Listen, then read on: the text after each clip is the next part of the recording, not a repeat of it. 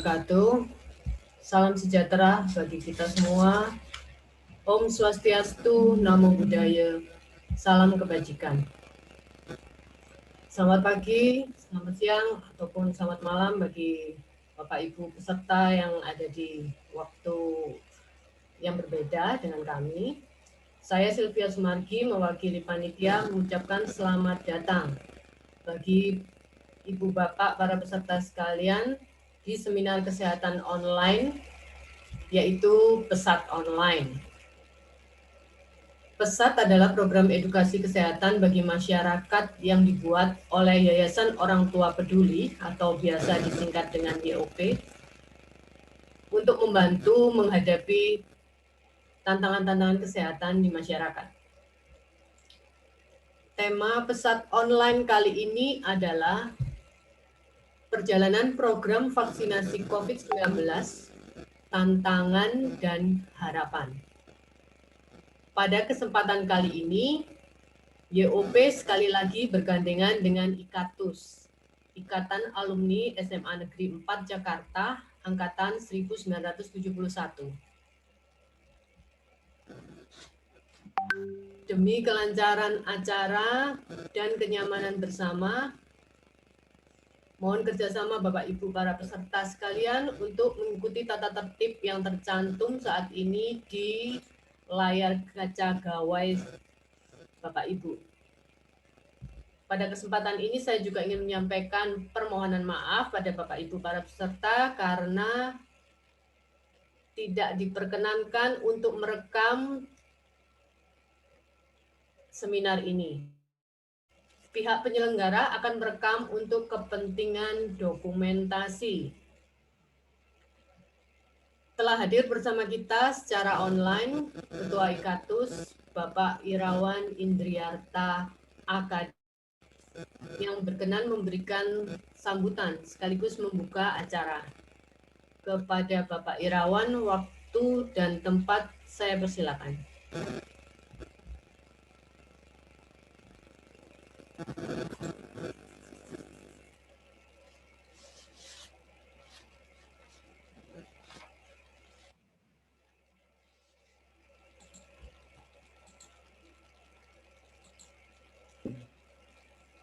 Assalamualaikum warahmatullahi wabarakatuh. Salam sejahtera bagi kita semua. Puji syukur pagi ini atas izin Allah Subhanahu wa Ta'ala, Tuhan yang Maha Pengasih, kita semua mendapatkan kehormatan untuk menerima pencerahan dengan tema perjalanan program vaksinasi COVID-19 yang disampaikan langsung oleh seorang pakar kesehatan kelas dunia. Beliau adalah Profesor Chandra Yoga Aditama. Terima kasih, Prof. Lalu pada kesempatan ini, Profesor Chandra didampingi oleh Dr. Felix, pegiat Yayasan Orang Tua Peduli. Thank you, Dr. Felix. Mari kita simak dengan baik. Semoga dapat menambah wawasan kita dan mempertebal optimisme kita, serta semangat kita di masa pandemi ini. Terima kasih dan penghargaan yang setinggi-tingginya kepada semua pihak yang memungkinkan program ini terselenggara. Semoga upaya mulia ini mendapatkan keberkahan dari Tuhan yang Maha Esa. Amin. Wassalamualaikum warahmatullahi wabarakatuh. Waalaikumsalam warahmatullahi wabarakatuh. Terima kasih Bapak Irawan telah berkenan membuka acara kita. Saya izin share screen sekali lagi.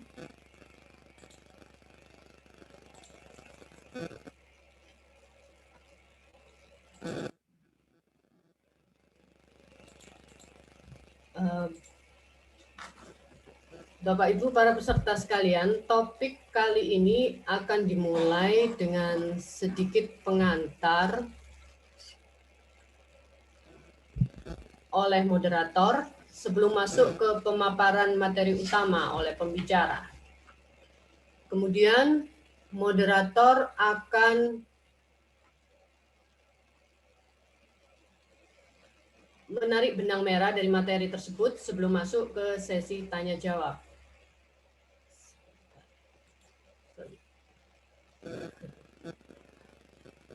Oke, untuk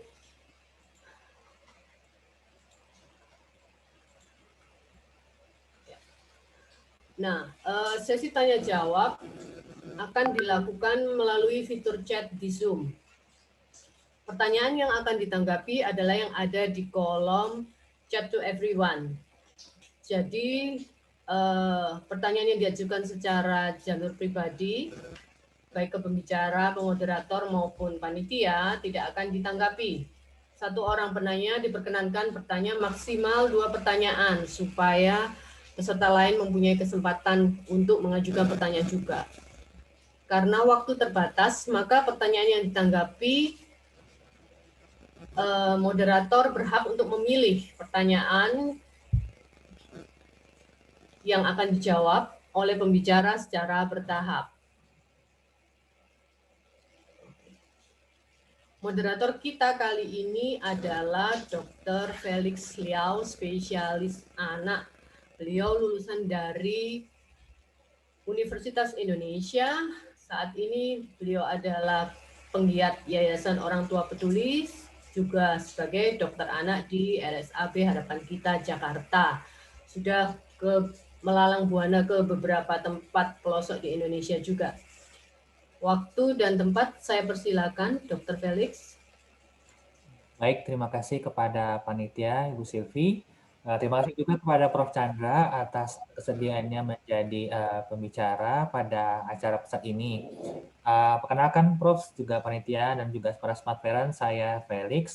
Saya juga dulu murid dari Prof. Chandra. Saya ingat dulu 15 tahun yang lalu, saya menjadi murid beliau ketika saya stase di Rumah Sakit Sahabatan. Jadi izinkan juga sebelum kita mulai, saya juga mohon izin kepada Prof untuk share screen pembuka dari materi ini.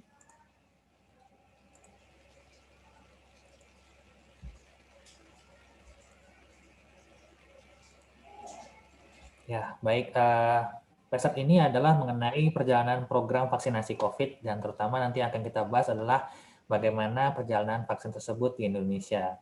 Dan kita tahu pada tanggal 13 Januari, Bapak Presiden kita adalah orang pertama yang memulai mendapatkan vaksin dari COVID tersebut, dan diharapkan targetnya selama setahun ke depan bisa mencapai target, yaitu mencapai 180 juta orang yang divaksinasi supaya mendapatkan herd immunity, dan ini adalah beberapa program yang direncanakan oleh pemerintah.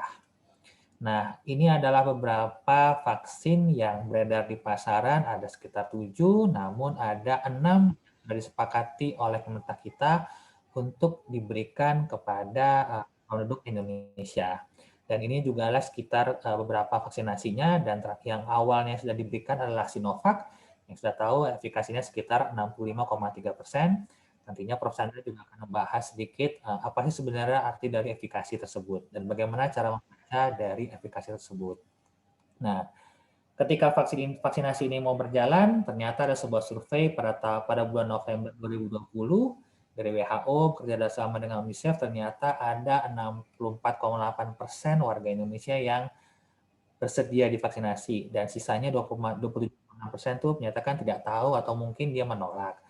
Survei terbaru oleh Survei Indikator menyatakan bahwa 41% masih tidak mau divaksinasi dengan berbagai macam alasannya.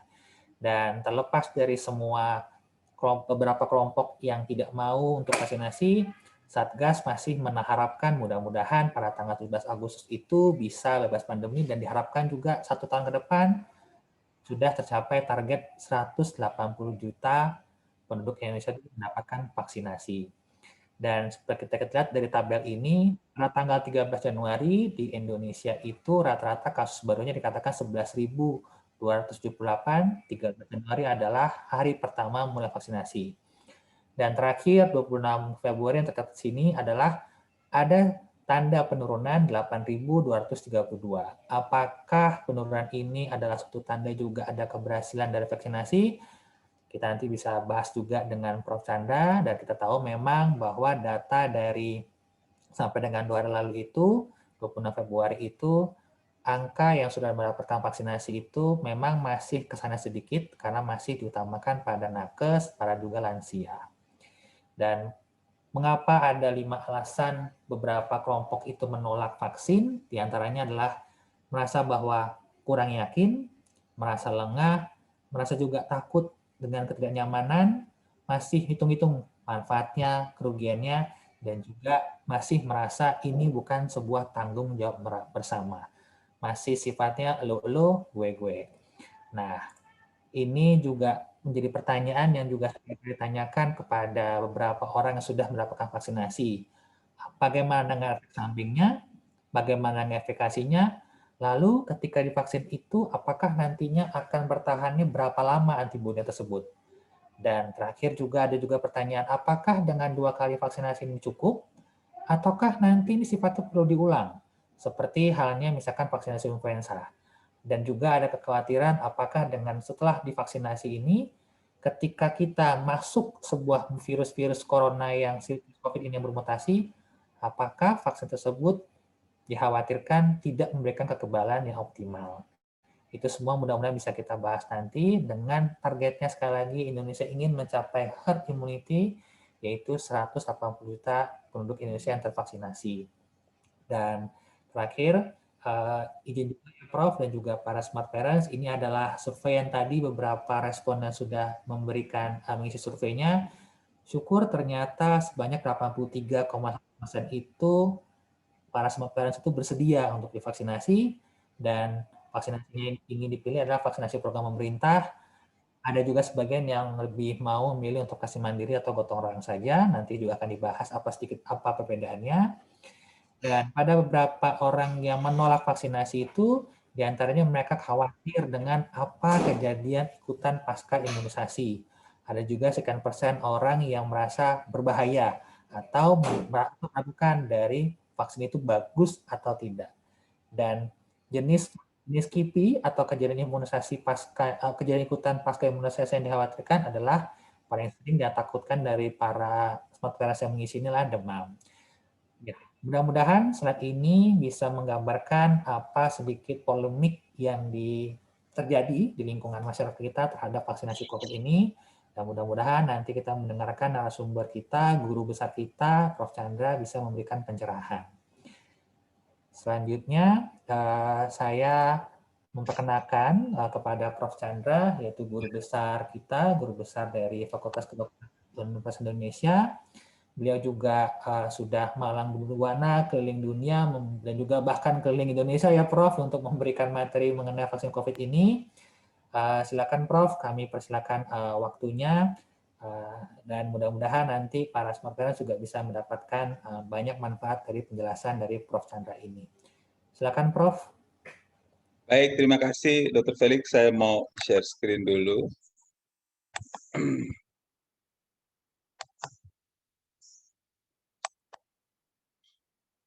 Oke, gambarnya terlihat, suara terdengar? Sudah Prof, sudah jelas terdengar, gambar juga sudah jelas terdengar. Baik, terima kasih atas kesempatannya. Jadi saya akan bicara tentang perkembangan vaksin dan ini COVID ini, baik yang vaksin maupun yang lain itu berkembang dengan sangat cepat. Setiap minggu atau setiap hari ada perkembangan yang baru dan kita memang perlu ikuti supaya up to date gitu katakanlah. Makanya ada tulisan tentang vaksin tracker karena situasi memang harus di-track terus-terusan karena berbeda dari waktu ke waktu. Nah, sampai beberapa hari yang lalu ini ada sudah lebih dari 100 negara yang mendapatkan vaksin. Ini gimana cara saya bisa lihat di atas? Dengan sekian ratus juta dosis yang disuntikan di seluruh dunia. Ini adalah negara-negara yang sudah disuntik vaksin, tentu saja yang warnanya lebih tua memang yang jumlahnya lebih banyak, sementara warna birunya agak muda, ya jumlah yang sudah divaksin relatif lebih sedikit daripada yang warnanya biru tua atau biru tua banget seperti ini gitu. Cuman memang sudah lebih dari 100 negara yang divaksin dan sekian ratus juta dosis vaksin sudah diberikan di seluruh dunia. Kalau kita lihat ini praktis di seluruh dunia, saya kira Australia akan mulai dalam beberapa hari ini. Dan memang Afrika yang akan juga mulai, mereka sudah terima vaksin sumbangan dari COVAX. Nah, kalau teman-teman ingin tahu sebenarnya, seperti saya sampaikan tadi kan ini berubah setiap waktu begitu ya. Apa saja vaksin yang sekarang ada di dunia, itu WHO bikin ini namanya Draft Landscape and Tracker of COVID-19 kandidat vaksin. Dan ini cukup hebat begitu untuk WHO karena mereka update ini setiap minggu, bahkan 2 kali seminggu. Jadi kalau situasinya ada perubahan, maka dia akan ubah lagi. Jadi kita bisa ikuti ini. Tinggal masukin aja di Google. Saya nggak masukin ini, tapi ini dimasukin aja. Ini di Google, WHO akan keluar. Nah, data yang saya punya ini 23 Februari, ini hari Selasa ya. Harusnya kemarin Jumat sudah ada data yang baru, tapi oke lah. Ini paling tidak, ini hanya beberapa hari yang lalu, gitu. Dan per 23 Februari, di dunia ini, menurut data WHO, ada 73 kandidat vaksin yang sudah dalam uji klinik, dan ada 182 yang uji preklinik.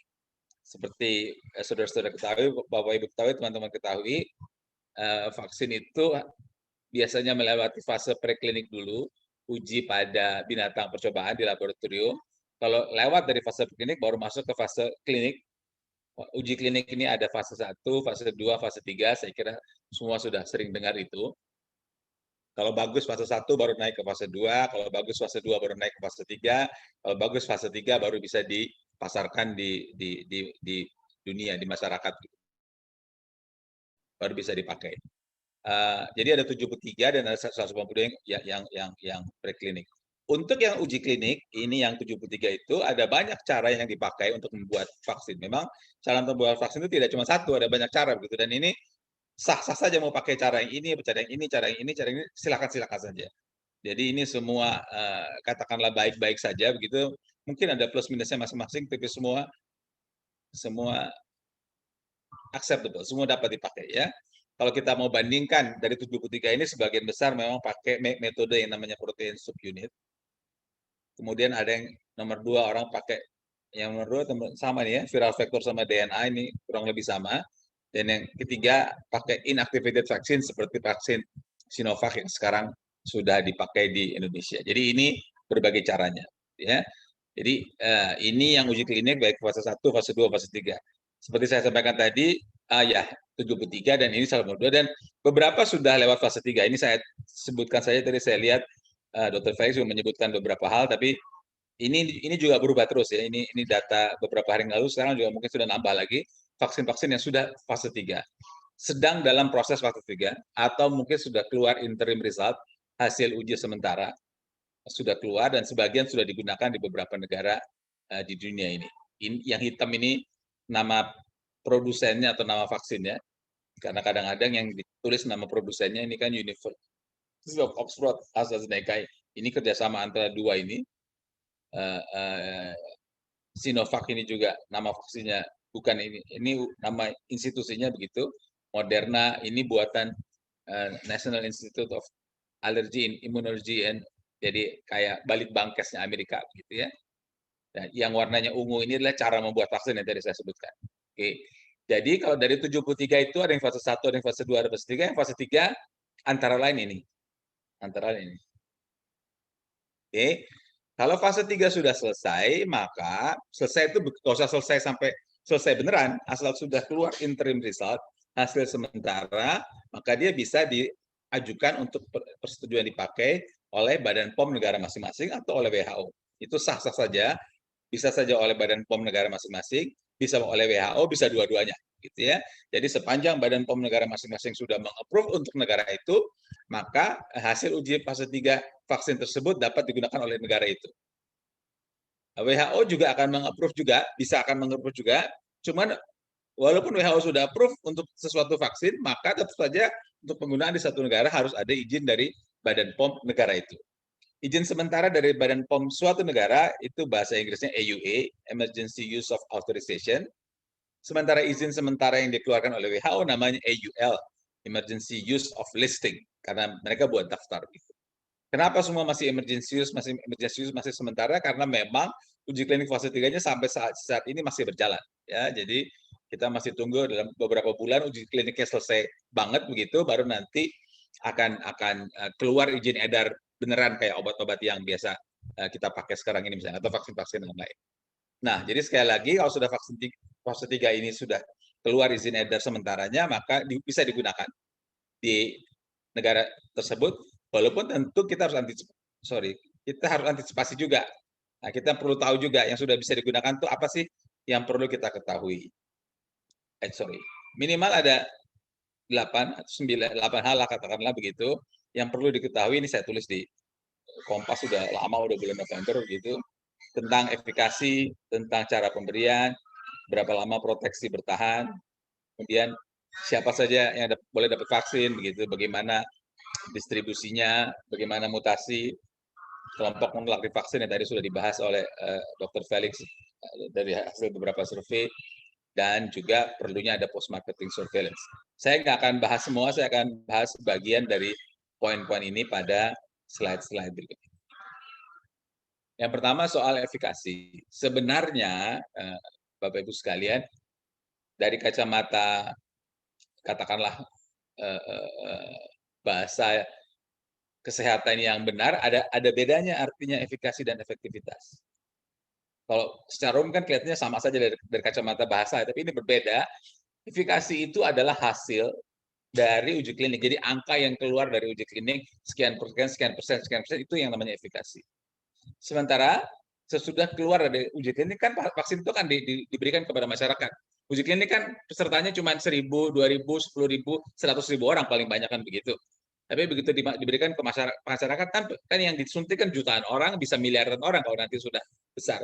Dan tentu hasil uji klinik yang ada pada sekian puluh ribu atau ratus ribu itu bisa berbeda atau dapat berbeda dengan efektivitas yang ada di masyarakat nantinya, gitu ya. Karena kalau uji klinik kan, saya ambil contohnya di Bandung saja. Uji klinik di Bandung, orangnya di Bandung aja. Dia harus datang ke kantor-kantor Bio Farma atau mana kan, dia bisa naik mobil sendiri atau naik motor atau naik kendaraan umum, mudah gitu. Dan vaksinnya juga tersimpan dengan baik di laboratorium Bio Farma itu. Tapi kalau cerita efektivitas, maka ini termasuk bagaimana kita memberikan vaksin atau pemerintah memberikan vaksin pada orang yang ada di pulau yang 10 jam atau 5 jam naik kapal dari ibu kota kabupaten gitu, dengan segala masalahnya, atau harus naik gunung mungkin 3 hari jalan kaki, 3 hari mungkin agak lebay lah, tapi beberapa jam jalan kaki tentu itu punya masalah. Jadi itulah yang efektivitas beneran di masyarakat, sementara efikasi adalah hasil uji klinik. Ini contohnya saja, ini vaksin Pfizer. Kenapa saya ambil vaksin Pfizer? Karena vaksin Pfizer inilah vaksin yang pertama kali mendapatkan emergency use of listing dari WHO. Ya. Nah, ini cara menghitungnya, saya nggak mau terlalu detail. Pokoknya dia itu ada sekitar 20.000 orang yang dapat placebo, disuntikin placebo, dan 20.000 orang, 21 sekian yang dapat disuntikan vaksin. Jadi sampelnya semua 40 ribuan. Separuh dikasih vaksin, separuh disuntik juga, tapi disuntiknya bukan oleh vaksin, oleh placebo. Yang disuntik bukan vaksin dari 20 ribuan ini ada 162 orang yang sakit COVID-19. Jadi kemungkinan sakit pada orang yang disuntik placebo, tidak disuntik vaksin adalah 0,74%. Tetapi orang yang disuntik vaksin sekalipun dari 21 ribu ini ada 8 orang yang sakit. Jadi kemungkinan sakit itu masih ada, walaupun angkanya 0,0 sekian persen. Jadi ini juga menjelaskan kalau nanti ada pertanyaan, kenapa kok udah disuntik vaksin kok masih sakit gitu ya? Karena memang kemungkinan tidak ada vaksin yang saat ini atau vaksin apapun lah yang bisa melindungi 100%. Orang tidak bisa. Kemungkinan sakit itu ada, hanya saja pertama kemungkinan itu kecil sekali, dan diharapkan kalau toh sakitnya tidak berat ketimbang orang yang dapat placebo ini. Kemudian ada perhitungan yang namanya relative risk, ini angka ini dibagi, keluarlah efikasi 90%. Ini contoh yang Pfizer. Ya, itu cara menghitung efikasi. Dan untuk saya hanya ingin sampaikan juga bahwa kemungkinan sakit itu tetap ada walaupun kecil. Yang kedua adalah, kok nggak bisa ini. Yang kedua adalah AstraZeneca. Ini 70% efikasinya. Tadi 90%, ini 70%. Kenapa saya tulis AstraZeneca? Contoh yang kedua, karena yang sekarang sudah mendapatkan emergency use of listing dari WHO memang baru 2. 1 Pfizer, 2 adalah AstraZeneca. Dan yang dapat izin dari WHO adalah AstraZeneca yang di India dan AstraZeneca yang di Korea. Sekali lagi, negara boleh tidak usah harus menunggu WHO punya listing. WHO punya listing ini bermanfaat kalau WHO yang mau membelikan. Kalau WHO yang membelikan vaksin, maka dia harus ada jaminan dia sudah approve. Tapi kalau negara mau pakai vaksin yang lain, silakan aja. Itu hak negara masing-masing. Sepanjang Badan POM-nya sudah mengapprove. Nah, jadi untuk Indonesia pada 11 Januari Badan POM kita sudah mengapprove penggunaan vaksin CoronaVax buatan Sinovac dengan efikasi 65,3%. Jadi ini ada yang 65,3%, ada yang 70%, ada yang 95%. Beda-beda memang, tetapi WHO sudah bilang bahwa untuk masa pandemi ini, semua vaksin yang di atas efikasinya di atas 50% itu akan diterima oleh WHO sebagai vaksin yang dapat mencegah atau dapat digunakan pada masa COVID. Jadi cut off-nya 50%. Jadi mau 51, mau 52, mau 55, mau 60, mau 70, 80 semua akan di-approve. Itu kata WHO. Kalau kurang meyakinkan kata WHO, ini kata Amerika. Ini Badan POM-nya Amerika ini. FDA adalah Badan POM-nya Amerika. Badan POM-nya Amerika juga mengatakan kita akan pakai 50% efikasi untuk mengatakan vaksin. WHO sudah bilang 50%, Badan POM Amerika juga bilang 50%. Kalau teman-teman masih kepengen hakul yakin katakanlah begitu, maka Eropa juga mengatakan, European Medicines Association apa something like that begitu, mengatakan dia set 50% efficacy goal. Jadi baik menurut WHO maupun menurut Amerika maupun menurut Eropa maupun menurut Badan POM Indonesia maupun menurut Badan POM manapun juga di dunia, dasar batas yang dipakai adalah 50%. Di atas 50%, vaksin itu akan di-approve oleh negara itu sepanjang tentu prosedurnya bagus, cara membuat obatnya bagus, mutunya terjamin dan sebagainya. Ya, itu yang soal efikasi. Nah, ternyata sesudah efikasinya keluar, maka vaksin itu tentu disuntikan, sudah dapat izin, disuntikan dan berbagi cerita. Ini sedikit tentang bagaimana membacanya gitu. Jadi kalau mau gampang, kalau efikasinya 65%, maka kemungkinan sakit itu turun 65% dibandingkan dengan orang yang tidak disuntik. Ya, kalau mau dibalik kalimatnya, maka orang yang tidak divaksin, dalam hal ini Sinovac, risiko terinfeksinya 3 kali daripada orang yang divaksin. Jadi karena itulah maka vaksin ini bukan saja dapat digunakan, bukan saja baik digunakan, tapi sebaiknya memang kita semua melindungi diri terhadap penyakit dengan vaksin ini. Saya sendiri kebetulan alhamdulillah sudah divaksin yang pertama, mudah-mudahan nanti yang kedua juga bisa berjalan dengan baik. Nah, sesudah cerita efikasi, sudah tahu segala macam, memang yang perlu dilakukan adalah apa yang seperti yang dilakukan YOP pagi ini, yaitu komunikasi ke masyarakat. Karena terus saja ada berbagai pertanyaan. Misalnya saja, kenapa sih udah divaksin kok masih COVID positif? Kenapa begini? Kenapa begitu? Itu selalu ada. Karena itu mungkin diterangkan sekali orang tidak dengar tapi lupa lagi. Makanya komunikasi ke masyarakat ini jadi hal yang sangat penting. Saya sengaja memasukkan tulisan ini karena menurut saya ini bagus ya, walaupun kita mungkin sudah ada juga, tapi saya baca di media sesekali ada penjelasan, bukan sesekali, memang ada penjelasan dari pemerintah tentang apa saja dampak vaksin itu. Tapi kalau Amerika dia publish beneran, jadi dia mulai pada 14 Desember, setelah sebulan sampai pertengahan, saya kira 13 Januari, data itu dia kumpulkan. Selama 14 Desember 13 Januari, berapa juta orang yang divaksin, berapa orang yang sakit, berapa yang sakit kepala, berapa yang meninggal, angkanya ditulis dan dibuat analisis secara sangat mendalam dalam bentuk laporan bulanan. Saya kira ini bentuk akuntabilitas, bentuk transparansi, sehingga orang bisa baca, oke, jadi situasinya seperti ini. Gitu ya. Jadi mereka pun lebih tenang begitu, untuk masyarakat pun lebih tenang. Jadi saya pikir ini hal yang baik kalau bisa dilakukan laporan bulanan yang komprehensif gitu. Tidak hanya mengatakan, efek sampingnya nggak ada kok, ringan aja kok begitu kan? Atau kemudian ada kasus yang katakanlah di Sulawesi Selatan, ini begini nih. Kalau ini semuanya dikemukakan secara detail, bahkan bukan hanya secara detail, tapi ini dipublikasi di jurnal ilmiah gitu ya, sehingga datanya betul-betul dapat dipertanggungjawabkan. Ini contoh yang cukup baik saya kira dari beberapa negara maju. Saya baca dari Amerika, tapi saya yakin negara yang lain juga ada. Tapi message-nya adalah komunikasi ke masyarakat itu harus terus dilakukan. Saya tadi pagi kebetulan WhatsApp juga dengan Dr. Nadia yang jadi juru bicara, bukan karena ini sih, tapi saya urusan yang lain. Terus saya bilang nih, saya mau ngomong nih di GOP. Terus dia bilang, wah terima kasih Prof, karena komunikasi ke masyarakat memang harus terus dilakukan. Jadi terima kasih kepada GOP yang sudah menyelenggarakan acara ini. Oke, sekarang poin yang berikutnya yang ingin saya sampaikan adalah soal cara pemberian vaksin. Kan sekarang kita dikasih 2 kali ya sehari ya.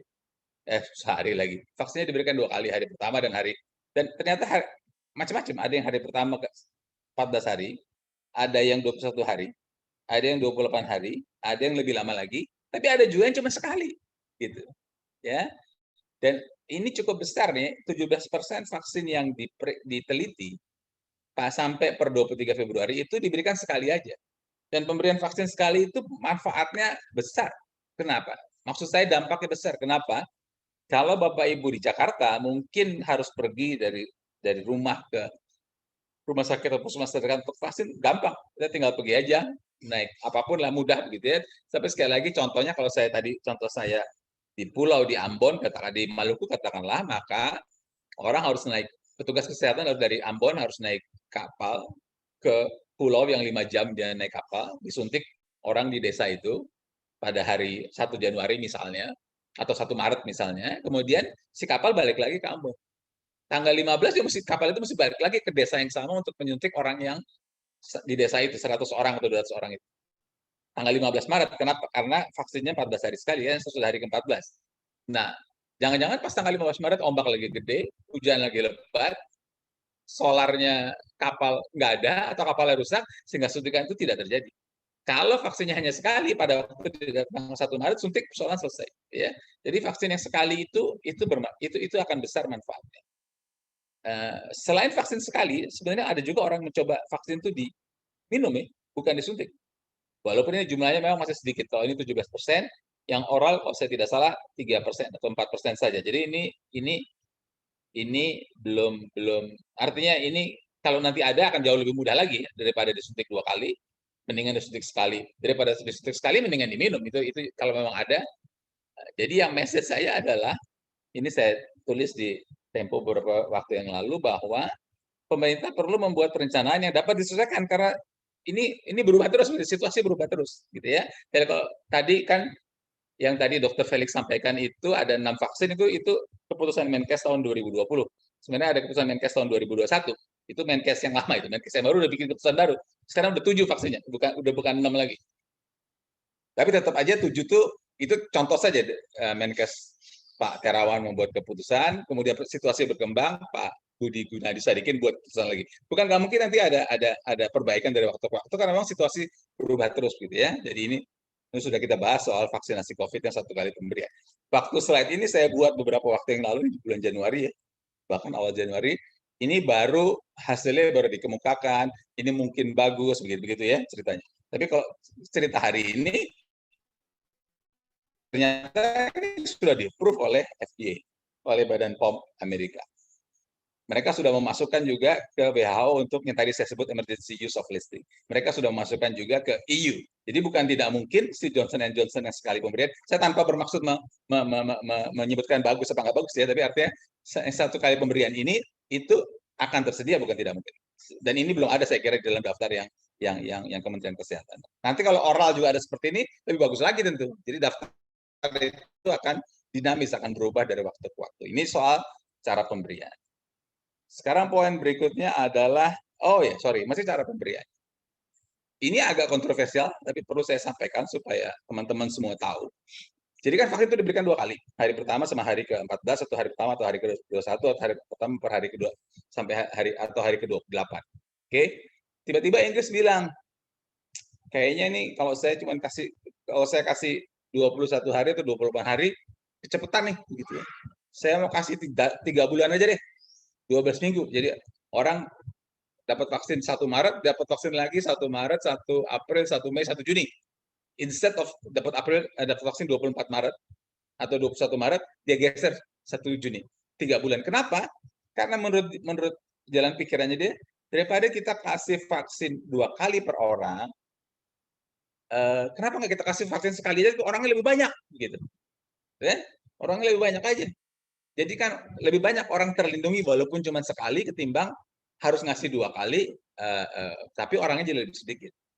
Tentu saja ini keputusan yang tidak kebijakan yang tidak terlalu sesuai dengan data ilmiah, karena data ilmiahnya mengatakan bahwa vaksin itu harus diberikan selama 2 kali dalam jarak 14 atau 21 atau 8 hari. Cuman ada pendapat lain mengatakan, oh nggak apa-apa lah gitu. Dan kemudian keluar di sini cerita di beberapa sorry sebentar ya. Beberapa data yang menyatakan, oh ternyata kalau kita berikan sekali, ternyata sudah ada efikasinya loh, ada yang 50%, ada yang 60% gitu efikasinya. Jadi lumayan lah daripada kita ngasih 2 kali. Gitu. Itu Inggris bilang gitu. Amerika tadi menolak keras, dan sampai sekarang Amerika masih menolak keras. Tapi orang ini adalah soal top epidemiologis bisa didebat, ya. Top apa nggak top kita nggak tahu begitu. Tapi dia adalah penasehatnya Joe Biden pada waktu pemerintahan transisi kemarin. Dia juga bilang ini kayaknya benar ini kalau dikasih sekali aja kita bisa mencakup lebih banyak orang. Kenapa? Karena kita tahu pada waktu Joe Biden sedang hampir jadi presiden, sudah menang tapi hampir jadi presiden, itu kan Amerika kasusnya sedang banyak-banyaknya, gitu ya. Jadi kita kalau kalimat dia kita menghadapi badai tingkat 5 sekarang. Jadi kita mesti lindungi sebagai banyak banget orang. Jadi mendingan kasih sekali aja. Perancis ini juga mulai ikut-ikut untuk berpikir seperti itu. Tapi sekali lagi, kalau secara ilmiah harus diberikan 2 kali. Saya hanya kemukakan ini apa yang berkembang di dunia saat ini. Gitu ya. Tapi memang rekomendasi vaksin harus diberikan 2 kali sesuai dengan jadwalnya. Oke, ini pertanyaan berikut tadi sudah disampaikan oleh Dr. Felix. Berapa lama sih kalau orang sudah disuntik vaksin kekebalannya bertahan? Ya. Ini dan apa gitu bisa aku baca ini kecil banget ini Desember atau ya. Masalahnya adalah penelitian untuk mendapatkan vaksin itu biasanya dilakukan cukup lama, bertahun-tahun. Bisa 10 tahun bahkan, bisa lebih begitu. Dan karena penelitian cukup lama, sehingga orang bisa tahu kalau disuntikan sekarang, berapa lama vaksin itu bisa bertahan. Sementara untuk vaksin COVID ini, kita tahu dalam waktu setahun, itu vaksinnya sudah didapat.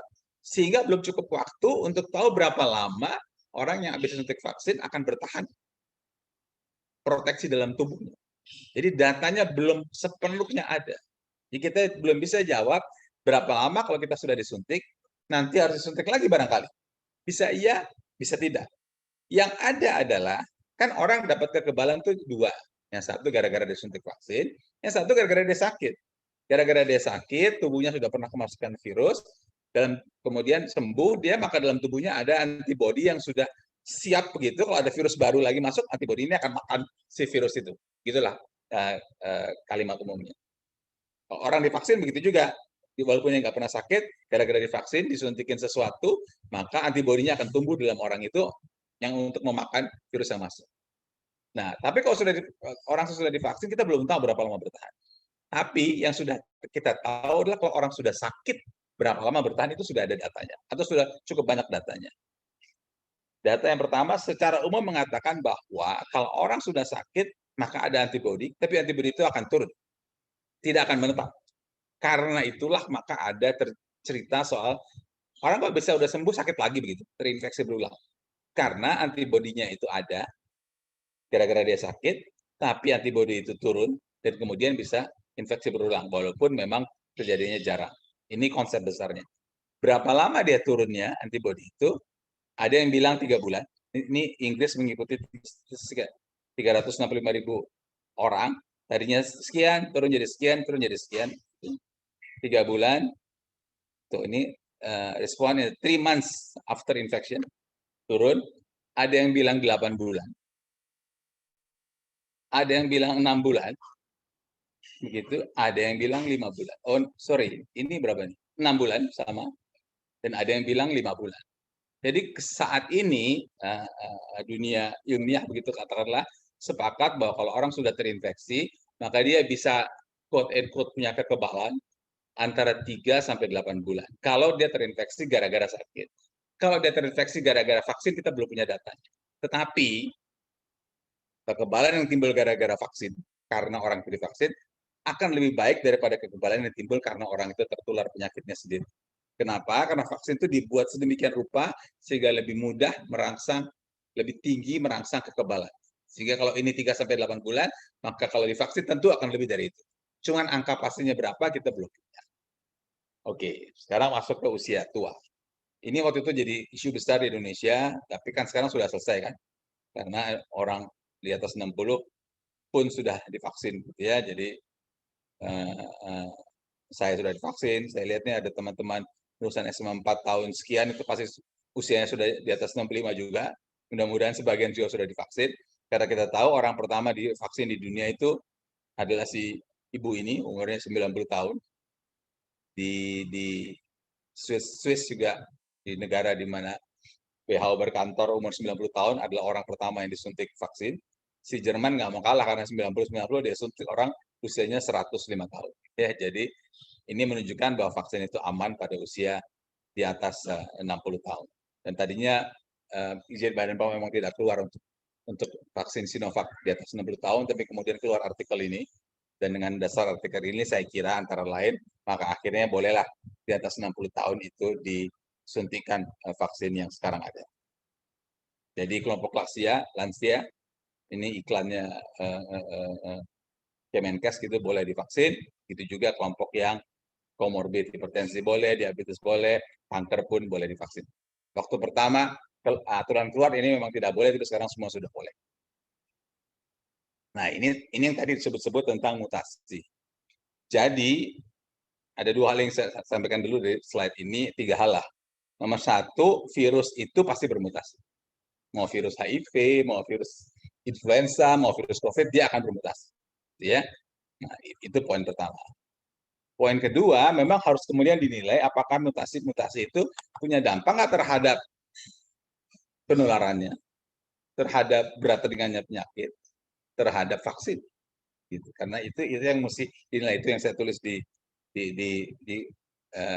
Kompas ini awal Februari. Itu poin kedua. Poin ketiga, pada kenyataannya si mutasi ini kan ceritanya dari Inggris, terus pindah ke Afrika Selatan gitu ya, jauh-jauh lah. Tapi Vietnam sudah lapor kan ada, Singapura sudah ada, saya kira Filipina juga ada, Malaysia juga sudah ada. Jadi negara kita, dekat-dekat kita ada semua. Yang atas sudah ada, Singapura, Vietnam, Malaysia, Australia juga sudah. Ini tinggal si Indonesia saja yang belum melaporkan. Karena itu memang harus ada yang namanya surveillance genomik supaya diperiksalah ke arah sudah tidak adanya mutasi di Indonesia ini. Sekarang sudah dilakukan, cuman memang kalau bisa lebih banyak lagi yang diperiksa, mungkin kita punya data yang berbeda. Jadi sekali lagi dulu di Inggris mula-mula begitu, tapi kemudian mula-mula sekali ini sebelah kanan ini D614G ini sudah ada sejak Februari 2020, di Indonesia juga sudah ada, saya kira dilaporkan pertengahan 2020, tapi ini nggak terlalu banyak dampaknya terhadap penyebaran, terhadap vaksin pasti enggak. Waktu keluar di Inggris juga orang masih pikir oke lah, gitu. Tapi begitu keluar di Afrika Selatan, orang mulai bertanya-tanya, ini ada dampaknya nggak ya? Will the vaccine works against the new variant? Jawabannya pada waktu itu, apakah vaksin bisa bekerja? Almost certainly yes. Jadi vaksin tetap bisa bekerja. Or at least for now. Setidaknya untuk waktu itu, ini saya kira statement yang saya copy bulan Desember. Nah, dengan perkembangan waktu, dia menyebar memang ke Jepang, tadi saya sudah cerita ke Kolombia, begitu ya. Jadi ini terus berkembang si mutasi dan varian baru ini, dan ini barusan saya copy tadi sambil nunggu acaranya dimulai begitu. Brazil juga sudah ketemu Aljazair. Ini sengaja, tadi kan kita udah ngomong Vietnam yang dekat-dekat kita, saya kasih yang jauh. Dan si wali kota New York sudah komentar karena ada orang bilang, oh ini varian baru ini ternyata vaksinnya nggak mempan. Dia bilang, oh sabar. Jangan ngomong terlalu cepat gitu ya. Tunggu dulu perkembangan ilmu pengetahuan gitu ya. Jangan cepat-cepat berasumsi begini begitu. Kita tunggu hasil pengetahuan. Perkembangan ilmu pengetahuan sejauh ini masih efektif. Saya hanya ingin menyampaikan ini baru nih. Hari ini saya kira atau kemarin. Nah, jadi kesimpulannya kalau mau pakai situasi yang ada sekarang ya, tentu saja nanti bisa berubah. Saya kira pendapatnya si orang ini namanya Anthony Fauci ini benar. Ya. There was reason to be concerned. Jadi kita perlu hati-hati atau waspada tentang dampak sebagian mutasi terhadap virus. Sebagian mutasi terhadap vaksin. Jadi mungkin saja mutasi ini akan mempengaruhi kemampuan vaksin. Tapi, nah ini yang penting juga. Kalau toh nanti memang ada pengaruhnya, sekarang belum, kalau toh nanti ada pengaruhnya, scientists have room for modification. Jadi vaksinnya sekarang bisa diapain? Dimain-mainin sedikit gitu kalau bahasa awamnya begitu, sehingga tetap terjamin efektivitasnya, baik vaksin maupun pengobatan. Jadi kita tidak perlu juga khawatir berlebihan, tapi ini kalimat ini benar. There was reason to be concerned. Ya, kita perlu waspada keadaan hal ini. Oke, jadi itu yang tentang mutasi. Oh, ini. Oke, sekarang satu lagi sebelum mutasi, sesudah mutasi, kita sudah bahas banyak hal tadi. Sekarang oke lah, mutasi udah beres, segala macam udah beres. Sekarang ada nggak itu barang vaksin itu? Iya. Tadi kan Dr. Felix cerita sekian ratus juta akan tercapai, targetnya begini-begini. Yang penting sekarang tentu saja vaksinnya harus tersedia, gitu ya. Ini adalah bekas bos saya waktu saya masih kerja di WHO, dia kepalanya WHO, dia bilang ini, saya kira semua sudah baca juga, mungkin mudah-mudahan. Jadi negara-negara maju itu beli vaksin buat negaranya sendiri. Itu yang dia bilang, kalau ada nasionalisme vaksin terlalu besar, negara lain nggak dapat, maka persoalan nggak akan selesai. Karena ini kan pandemi ini kan dunia. Jadi kalau negara kaya berhasil melindungi dirinya, kan dia harus pergi juga ke negara berkembang yang lain. Nanti kalau negara berkembangnya nggak ada dengan vaksin, persoalan nggak akan kelar-kelar gitu. Jadi ada isu soal tidak boleh selfish gitu, tidak boleh egois hanya untuk negara sendiri. Kita harus perbandingkan, berikan untuk seluruh dunia, kan statementnya no one is safe until everyone is safe. Itu soal negara maju dan negara berkembang. Di sisi lain, saya ambil dua contoh saja nih, Pfizer sama AstraZeneca. Si Eropa ini, dia udah janji, udah bikin kontrak sama Pfizer, mau beli waktu itu ini Januari kalau saya nggak salah. Ternyata si Pfizer nggak bisa deliver jumlah yang diperlukan karena keterbatasan produksi, macam-macam halnya begitu. Jadi walaupun uang ada, ini dia cerita kalau kamu punya uang jangan beli sendiri. Misalnya beli sendiri sekalipun belum tentu barangnya cukup gitu ya, karena si Pfizer misalnya ini delay. Begitu juga AstraZeneca delay juga. Ini situasi Januari. Sekarang mungkin agak lebih baik. Nah, sekarang sudah bulan Maret, besok Maret ya. Sekarang agak lebih baik, tapi tetap saja memang ketersediaan vaksin ini tidak tak terbatas begitu ya. Jumlahnya tidak semuanya, tidak banyak-banyak banget begitu ya. Jadi ini isu yang ingin saya sampaikan, dan ini berhubungan juga dengan program WHO ini. Jadi WHO itu bersama dengan beberapa organisasi dunia, ada yang namanya Gavi, ada yang namanya CEPI, itu mencoba mencoba mengatur begitu supaya negara-negara mendapatkan vaksin yang mereka butuhkan sesuai dengan jumlah penduduknya begitu ya. Tentu pakai pentahapan. Itu pakai pentahapan begitu ya. Karena memang prinsipnya adalah COVID vaccine for all gitu.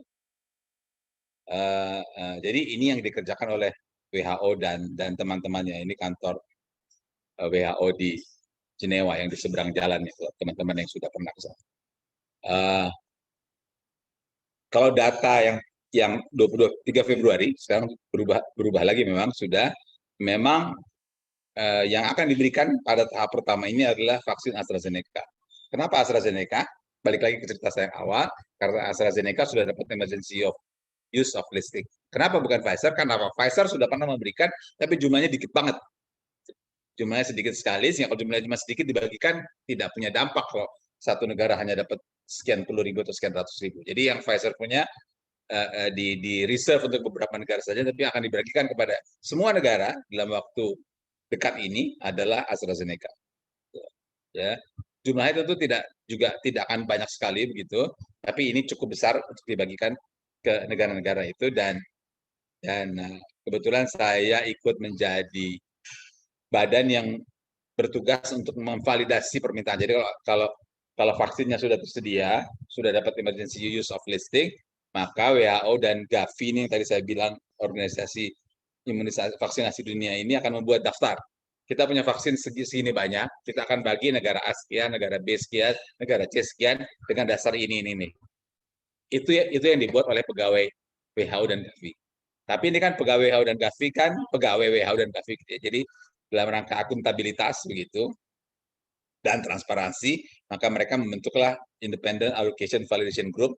Ini yang independent expert yang bukan pegawai WHO, bukan pegawai Gavi, tidak terikat kepada siapapun juga. Jadi kami ada 12 orang yang ditunjuk. Kami akan cek data yang dibuat oleh WHO ini. Benar nggak data ini? Nah, ada nggak keberpihakan yang tidak tepat pada satu atau dua negara begitu? Kira-kira begitulah kalau mau ekstrim.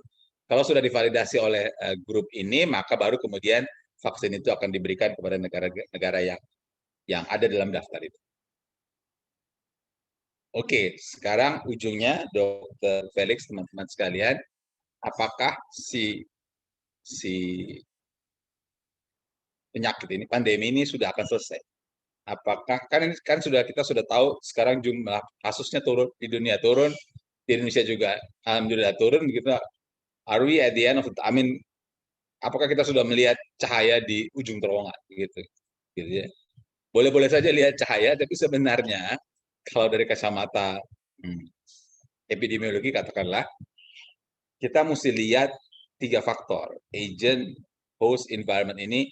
Kalau dari kacamata epidemiologi, kadang-kadang mereka sebut sebagai trias epidemiologi. Ini yang menentukan terjadinya suatu penyakit. Ini juga yang menentukan terjadinya suatu wabah begitu. Walaupun mungkin environment bisa kita pakai pengertian luas, bukan environment lingkungan udara, polusi begitu. Bisa juga ini kemampuan program pengendalian suatu negara. Nah, si agentnya adalah virus SARS-CoV-2 penyebab penyakit COVID. Dan dia nggak bisa diapa-apain. Dia mau bermutasi itu memang hak dia untuk bermutasi. Kita nggak bisa larang, kan stop, kamu jangan mutasi dong. Mutasi kamu bahaya, jangan, nggak bisa. Kalau dia mau mutasi, itu adalah natural, itu adalah alamiah yang dia lakukan. Itu dia memang hidup untuk bermutasi begitu. Nggak begitu sih ya, tapi dia memang bermutasi dari waktu ke waktu. Jadi agent kita tidak bisa banyak lakukan gitu. Mungkin ada yang bisa dilakukan, tapi tidak terlalu banyak bisa. Yang bisa banyak dilakukan adalah soal host, manusianya, gitu ya.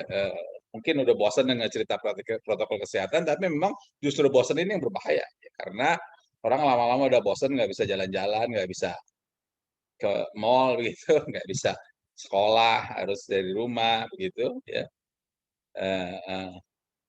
Dengan segala hal, akhirnya terjadi restriction fatigue. Harus diakui bahwa 3M dan MM lainnya tetap harus jalan. Kenapa saya bilang MM lainnya? Karena saya dengar 3M kan kita sudah tahu menjaga jarak, mencuci tangan, dan memakai masker. Kemudian sekarang ditambahin 2M lagi, menghindari kerumunan sama mengurangi mobilitas. Menurut saya banyak M-nya, bisa menghindari kerumunan, mengurangi mobilitas, menjaga etiket batuk, menjaga etiket memberi salam, melakukan olahraga teratur, makan makanan yang bergizi. Jadi berbagai M bisa dimasukkan, dan itu penting untuk dilakukan. Semua upaya untuk mencegah penularan. Tentu saja harus diikuti juga dengan 3T program pemerintahnya, yaitu test, trace, dan treat. Itu masuk kemari. Kalau nanti ketemu alat diagnosis baru atau obatnya yang belum ketemu begitu, kalau obat sesuatu dimakan 3 hari sembuh, barangkali persoalan COVID sudah selesai. Kalau nanti ketemu. Sekarang kan belum. Nah, tadi kita sudah cerita panjang tentang vaksin dengan segala efektivitasnya, silakan dimanfaatkan. Kemudian yang juga berpengaruh, apakah ada cahaya di ujung terowongan, bagaimana perkembangan epidemiologi. Sekarang kita lihat trennya turun, alhamdulillah, tapi jangan sampai ada kemudian naik lagi, karena kita tahu dari pengalaman-pengalaman yang lalu, seringkali ada second wave, atau third wave, atau the next wave, itu yang tentu berbahaya, dan tentu program pengendalian yang harus kuat dilakukan oleh pemerintah bersama-sama masyarakat. Saya kira cuma itu, saya kasih pantun saja begini ya. Ini kebetulan ada ikan mati nih, saya sama cucu saya, jadi vas bunga berisi ikan, tikar pandan luas dikembangkan. Karena kita bicara vaksin, sekarang vaksinasi harus disukseskan, tetapi 3M dan 3T wajib tetap dilaksanakan walaupun vaksinasi sudah dilakukan. Terima kasih. Bapak Ibu sekalian, Dr. Felix, Bapak Ibu sekalian, dan saya kasih gambar yang terakhir bagaimana Yayasan Orang Tua Peduli berupaya keras untuk memukul si COVID. Health is not everything, but without health, everything is nothing. Terima kasih. Assalamualaikum warahmatullahi wabarakatuh. Terima kasih banyak Prof. Chandra atas presentasinya yang sangat-sangat bagus sekali ya Prof, sudah lengkap sekali. Dan sekali lagi kami juga IOP mengucapkan selamat juga ya Prof atas penunjukannya ya Prof sebagai salah satu tim independen untuk alokasi vaksin COVAX ini supaya vaksin-vaksin ini bisa juga terdistribusikan ke negara-negara lain yang membutuhkan. Dan setelah kita mendengar paparan sekitar 1 jam lebih, rasanya kita akan membuat kesimpulan singkatnya bahwa sebenarnya memang vaksin COVID ini kita harapkan menjadi sebuah game changer, dan kita harapkan juga ada beberapa pengembangan vaksin, ada yang nantinya mungkin bisa single dose, tapi sampai saat ini masih dilakukan 2-3 kali diulang. Antibodi seperti Dr. Prasanta sampaikan adalah antibodi pasca orang yang terinfeksi itu bisa bertahan, tapi memang bisa akan menurun. Maka sehingga beberapa kasus ada terjadi reinfeksi, tapi reinfeksi itu jarang terjadi. Dan kita harapkan antibodi pun yang dihasilkan oleh vaksin COVID nantinya jauh lebih baik dan lebih akan bertahan lama dibandingkan antibodi yang dihasilkan pasca terinfeksi. Dan kita juga tahu tadi juga Prof. sudah sampaikan ada resiko-resiko mutasi, tapi sampai sekarang mudah-mudahan vaksin yang sudah ada bisa menahan ataupun bisa tetap efektif terhadap mutasi-mutasi tersebut. Dan jangan lupa juga bahwa seperti Dr. Prof. sampaikan, vaksin ini, COVID ini adalah tanggung jawab kita bersama, bukan hanya saya sendiri, bukan hanya keluarga kita sendiri, tapi semua lingkungan sekitar kita, dan kita juga bisa ngomong dunia. Dan jangan lupa bahwa 3M itu dan 3T tidak boleh terlepaskan meskipun kita sudah divaksinasi. Seperti kata Prof. Chandra, no one is safe until everybody is safe. Nah, sekali lagi terima kasih Prof. Chandra, dan selanjutnya saya kembalikan kepada host, dan nanti kita akan lanjutkan kepada tanya jawab. Terima kasih.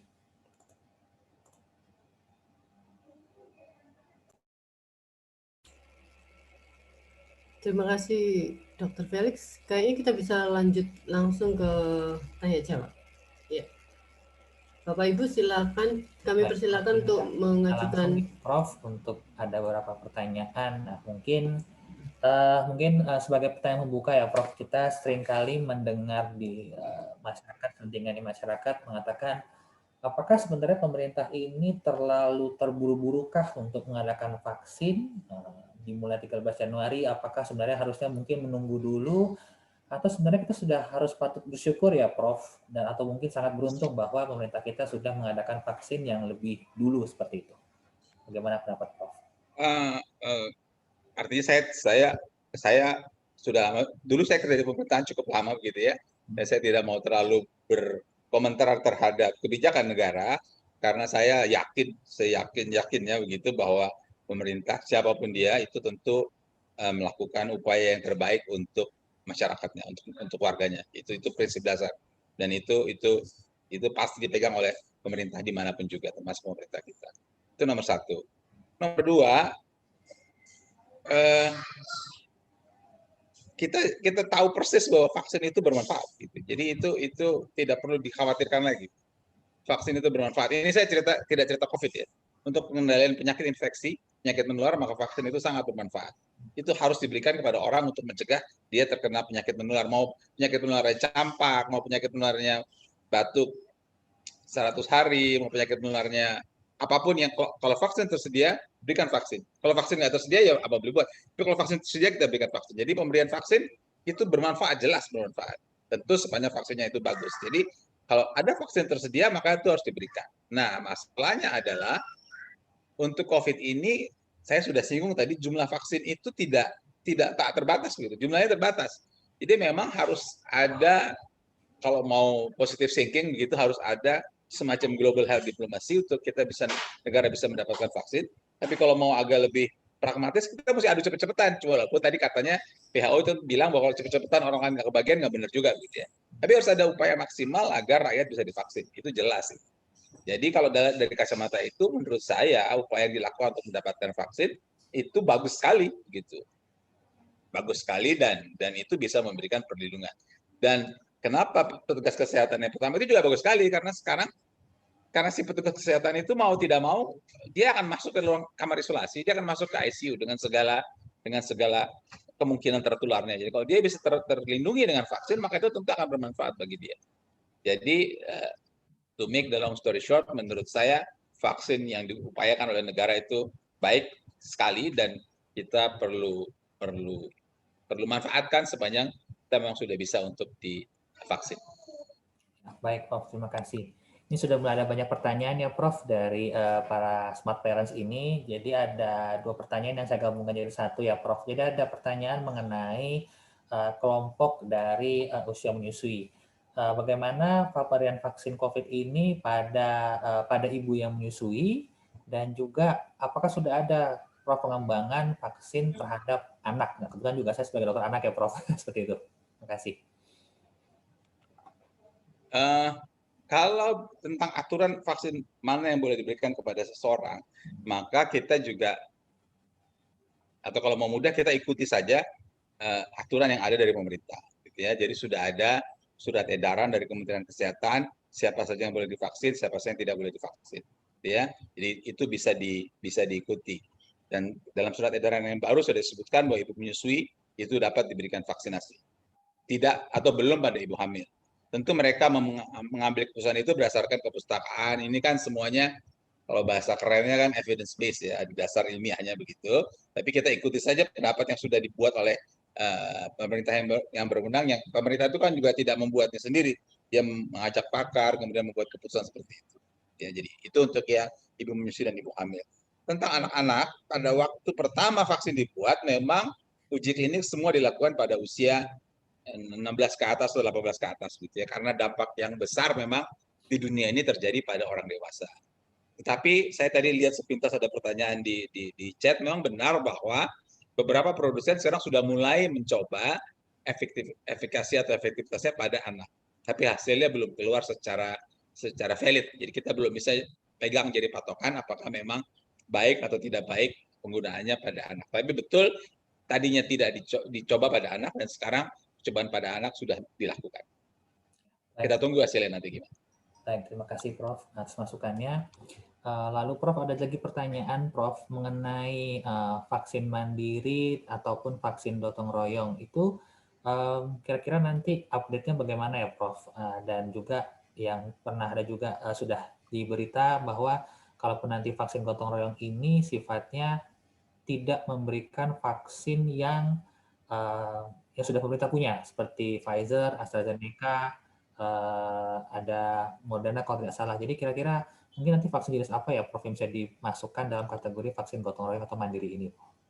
Ya, tapi kalau ini mesti yang menjawab orang Kemenkes ya, jangan kita ya. Karena mereka yang punya aturan ya.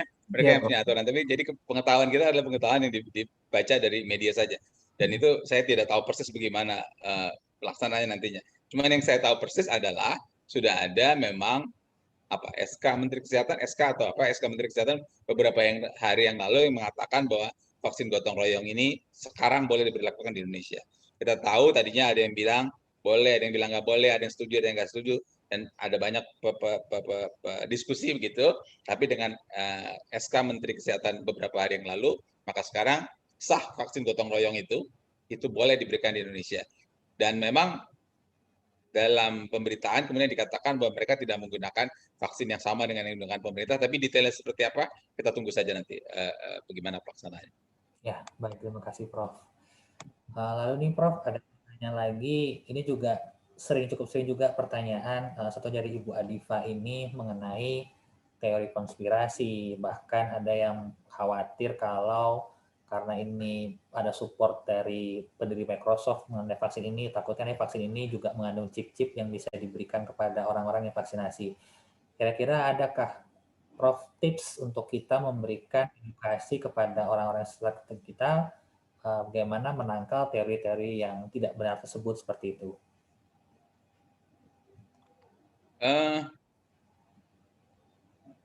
Yang pertama sekarang kita bicara soal dari mana COVID ini bermula. Ya, seperti kita ketahui saat ini data yang ada resmi adalah bahwa pada tanggal 31 Desember 2019, kalau kita baca, kita lihat website WHO tanggal 31 Desember 2019 adalah pertama kali WHO di country office China itu menerima informasi ada kasus di Wuhan. Waktu itu tentu saja belum ada namanya. Itu pada tanggal 31 Desember 2019. Karena itulah kemudian beri nama COVID-19. Nah, kemudian sesudah itu orang mulai mengecek benar nggak sih yang pertama terjadi di Wuhan. Karena ada juga kemudian laporan beberapa kasus yang ketemu ternyata sebelum Desember 2019 sudah ada juga laporan seperti itu. Walaupun laporan-laporan seperti itu tentu saja belum jadi bukti ilmiah yang valid katakanlah, tapi sudah ada keraguan seperti itu. Nah, kemudian yang lebih ramai adalah dari kacamata global health diplomacy, kemudian beberapa negara itu kemudian quote and quote memprotes ke WHO. Ini kamu benar nggak sih bahwa ini pertama kali ada di Wuhan? Jangan-jangan ini ada tadi sebut ada konspirasi gitu ya. Kalau kita ikuti tentu teman-teman Bapak Ibu juga mengikuti bagaimana Presiden Trump akhirnya menyatakan keluar dari WHO pada waktu itu karena desakan dia merasa dia tidak diperlakukan dengan baik katakanlah begitu, dan bukan hanya Amerika sebenarnya, beberapa negara kemudian meminta untuk WHO mencek ini situasi sebenarnya konspirasi dan kawan-kawan ini benar ada apa enggak ada. Terima kasih tadi Dr. Felix mengucapkan selamat kepada saya sebagai anggota. Kenapa saya ngomong begitu? Karena saya sudah beberapa kali menjadi anggota seperti ini, tim-tim seperti ini, tapi yang jadi anggota orang-orang seperti saya. Nah, begitu, dan WHO memang kalau ada kejadian yang penting mereka akan membuat tim orang di luar WHO. Kenapa saya ngomong begini? Karena begitu ceritanya konspirasi yang ditunjuk adalah yang jadi anggota tim bukan orang kesehatan seperti saya lagi. Yang ditunjuk adalah pimpinannya adalah mantan Perdana Menteri New Zealand, Selandia Baru yang kemudian jadi ketua UNICEF, kepala UNICEF, dan mantan Presiden Liberia yang pemenang hadiah Nobel. Jadi orang seperti itulah mereka tunjuk untuk mencek benar nggak sih ada konspirasi apa nggak ada konspirasi. Gitu. Ya, ini hanya ini menunjukkan levelnya udah bukan level pakar gitu, levelnya udah level seperti itulah ya. Nah, tim itu sudah bekerja. Sedang bekerja dan sudah menyampaikan laporan awal pada bulan Januari yang lalu, dan mereka akan menyampaikan laporan akhirnya pada bulan Mei. Jadi kita tunggulah hasil tim itu. Sementara tim itu bekerja, kita sudah baca juga di media di mana ada tim WHO yang pergi ke China. Beberapa kali sudah, tapi yang terakhir sudah pergi ke Wuhan dan untuk melakukan penelitian, dan habis itu ada berbagai cerita. Ada yang bilang tim itu mendapatkan informasi yang cukup, tapi ada juga yang bilang tim itu tidak mendapatkan informasi yang cukup, tapi semua itu akan dikemas oleh independent group. Ya, jadi sama saya juga independen, tapi yang ini independen kelasnya kelas hebat begitu, kelas menang hadiah Nobel. Nah, mereka kemudian akan mengkompilasi semua data dan akan melaporkan pada bulan Mei apakah memang ada nggak konspirasi atau tidak ada konspirasi. Atau kalau toh mau nggak konspirasi, benar nggak sih bermula dari Wuhan atau tidak bermula dari Wuhan? Benar nggak sih bermula dari pasar seafood atau bermula dari kebocoran? Walaupun sekarang sudah keluar statement mengatakan itu bukan kebocoran. Tapi saya ingin menunjukkan kredibilitas orang yang ditunjuk oleh WHO untuk menangani ini.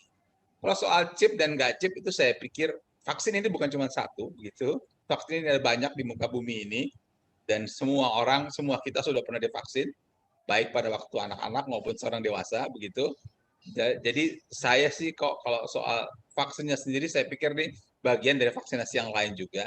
Kita sudah pernah divaksin macam-macam. Waktu anak-anak, karena ini dokter anak, kita sudah divaksin, tapi yang udah tua-tua juga ini divaksin, kita dibuat vaksin influenza. Buat yang muslim mau pergi umroh harus vaksin meningitis. Jadi berbagai vaksin diberikan pada manusia. Jadi saya pikir vaksin harus kita terima sebagai bagian dari vaksin yang lain. Baik, Prof. Terima kasih atas pencerahannya, Prof. Lalu ada lagi pertanyaan Prof dari Ibu Damayanti ini, lagi-lagi juga menanyakan masalah kenapa ya Prof setelah divaksinasi itu harus tetap menjaga jarak, harus memakai masker. Sepertinya ini kembali menjadi jawaban dari Prof Chandra ya, bahwa memang ada butuh waktu untuk timbul antibodi seperti itu ya Prof ya, kira-kira. Ya, kalau mau diperlebar pertanyaannya, kenapa sih orang yang sudah divaksin masih bisa sakit? Ya, jadi paling nggak ada 3 jawabannya. Jawaban pertama adalah soal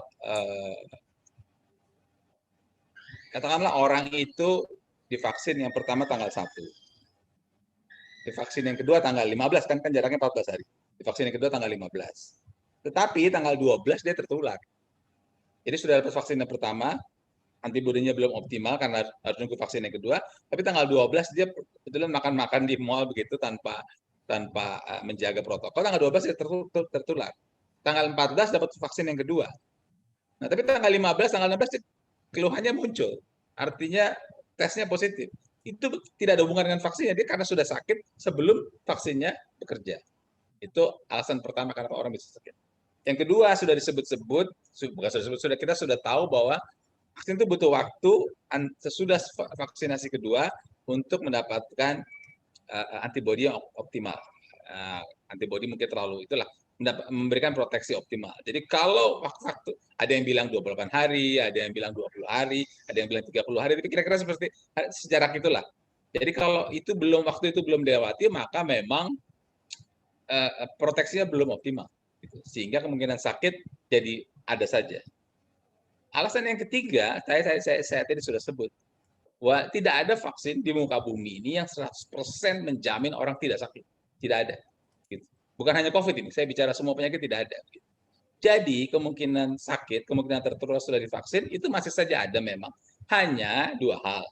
Satu, kemungkinan itu jadi kecil banget, turun sekali. Gitu. Dan yang kedua, kalau toh sakit, diharapkan sakitnya tidak terlalu berat ketimbang dia tidak divaksin.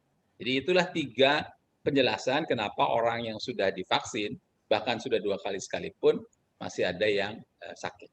Maksudnya masih ada yang positif sesudah. Baik, Prof. Terima kasih Prof atas penjelasannya. Kembali Prof, ini ada beberapa pertanyaan terkait dengan komorbid. Apakah beberapa komorbid ini bisa mendapatkan vaksinasi seperti mereka yang punya asam urat tinggi, mereka yang punya terdiagnosis TBC kelenjar, ataupun ada yang mempunyai penyakit hipertiroid seperti itu, Prof. Kira-kira ada tanggapan Prof hal ini?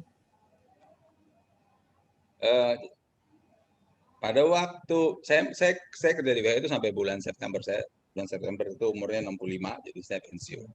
Pada waktu bulan Agustus itu kita sudah bahas bahwa vaksin ini tidak akan, kalau vaksin ini nanti ada, karena Agustus kan belum ada vaksinnya.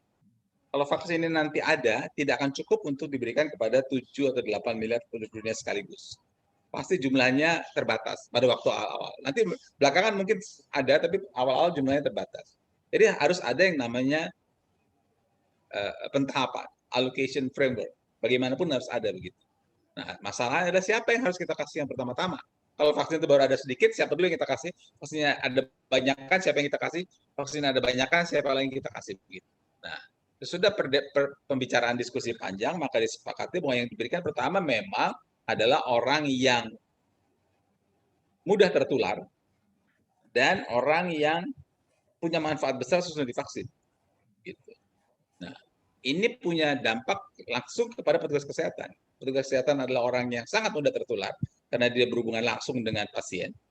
Dan kalau dia diobati, kalau dia dicegah untuk tidak sakit, manfaatnya besar karena dia bisa memberikan pekerjaannya sehari-hari dalam melindungi masyarakat, menangani penyakit di masyarakat. Makanya petugas kesehatan keluar yang pertama. Yang kedua adalah siapa yang kemungkinan sakit paling besar. Yang kemungkinan sakit paling besar dibandingkan dengan general population adalah orang lansia. Ada yang bilang lebih dari 60, ada yang bilang 65, terserah mau dipakai berapa. Dan yang kedua yang tadi sesuai dengan pertanyaan adalah komorbid. Jadi orang dengan lansia dan orang dengan komorbid ini, mereka berisiko, bukan mereka, karena saya juga lansia juga sih ya. Artinya lansia dan komorbid ini punya risiko besar untuk tertular. Karena itu kalau jumlah vaksin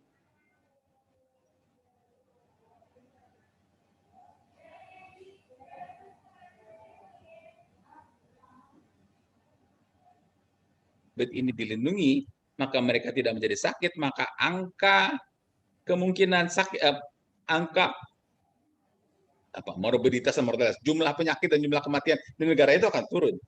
Karena yang dilindungi duluan adalah orang yang makin besar kemungkinan sakitnya. Jadi, ini kayaknya nggak menjawab, sebenarnya menjawab. Jadi lansia, berapapun kasih. Karena dia memang harus dilindungi. komorbid apapun kasih, gitu. Ya, komorbid apapun kasih. Kenapa? Karena kita ingin melindungi dia supaya tidak sakit. Nah, pertanyaannya adalah waktu pertama keluar memang di Indonesia keluar edaran yang mengatakan ini nggak boleh, ini nggak boleh, ini nggak boleh, ini nggak boleh. Tapi edaran itu sudah direvisi. Jadi edaran yang keluar sekarang komorbid dapat diberikan. Tentu saja kalau tensinya 180, tensi 200 ya itu ditunggu dulu begitu ya. Tapi kalau hal-hal yang tidak seperti itu diberikan. Tentu saja kalau ada autoimun yang sangat besar, yang sangat parah jangan diberikan. Tapi kalau penyakit-penyakit yang tadi disebut Dr. Felix, semua sekarang bisa diberikan vaksin. Jadi kita tidak perlu khawatir lagi. Ikuti saja prosedurnya, datang ke tempat vaksinasi, kemudian kalau deg-degan tensinya tinggi ya duduk sebentar begitu, dia akan turun lagi begitu. Insya Allah turun lagi dan bisa diberikan vaksin. Jadi komorbid dapat diberikan vaksin. Ya, terima kasih Prof. Mudah-mudahan para smart parents yang mungkin punya komorbid nanti tidak takut lagi ya untuk divaksinasi. Lalu Prof, ada juga pertanyaan untuk kelompok yang sudah pernah terinfeksi, baik dia yang OTG, tidak punya gejala, ataupun memang ada mempunyai gejala ringan sampai dengan berat, tapi dia survivor, survive, apakah mereka ini tetap bisa, Dok, Prof, mendapatkan vaksinasi COVID nantinya? Jawabannya ada dua, satu menurut ilmu, kedua menurut aturan. Kalau menurut aturan jelas, Kemenkes sudah bikin aturan, orang yang 3 bulan sesudah sembuh itu boleh divaksin. Itu sudah ada aturan seperti itu. Jadi kita tinggal hitung saja kapan dia sembuh, kemudian 3 bulan vaksin. Itu aturan. Jadi itu lebih mudah mengikutinya. Kalau mau agak sedikit teoritis, sedikit tadi saya sudah sebutkan, sebenarnya memang kekebalan dalam tubuh itu bertahan, ada yang 3 bulan, ada yang 5 bulan, sampai 8 bulan. Jadi kekebalan itu akan turun memang, mau tidak mau. Dan untuk pemerintah kita dipakai patokannya 3 bulan itu. Sudah 3 bulan, dianggap kekebalannya sudah turun, dan kemudian vaksinasi dapat diberikan. Jadi anjuran saya sih memang vaksin diberikan. Dan beberapa teman saya, teman kita, artinya beberapa dokter yang sakit kan juga sudah sekian bulan sakit dan sekarang sudah dapat vaksin ya, beberapa teman. Saya yakin Dr. Felix juga punya beberapa teman yang sudah pernah positif dan juga divaksin. Baik, Prof. Terima kasih. Nah, tadi juga di slide Prof. Chandra dan juga ada satu pertanyaan mengenai ini Prof, antibody yang terbentuk, dan ada juga tadi Prof. Chandra bilang tertulis di PowerPoint-nya ada pemeriksaan antibody pada pasien-pasien yang pernah terinfeksi COVID. Menurut Prof.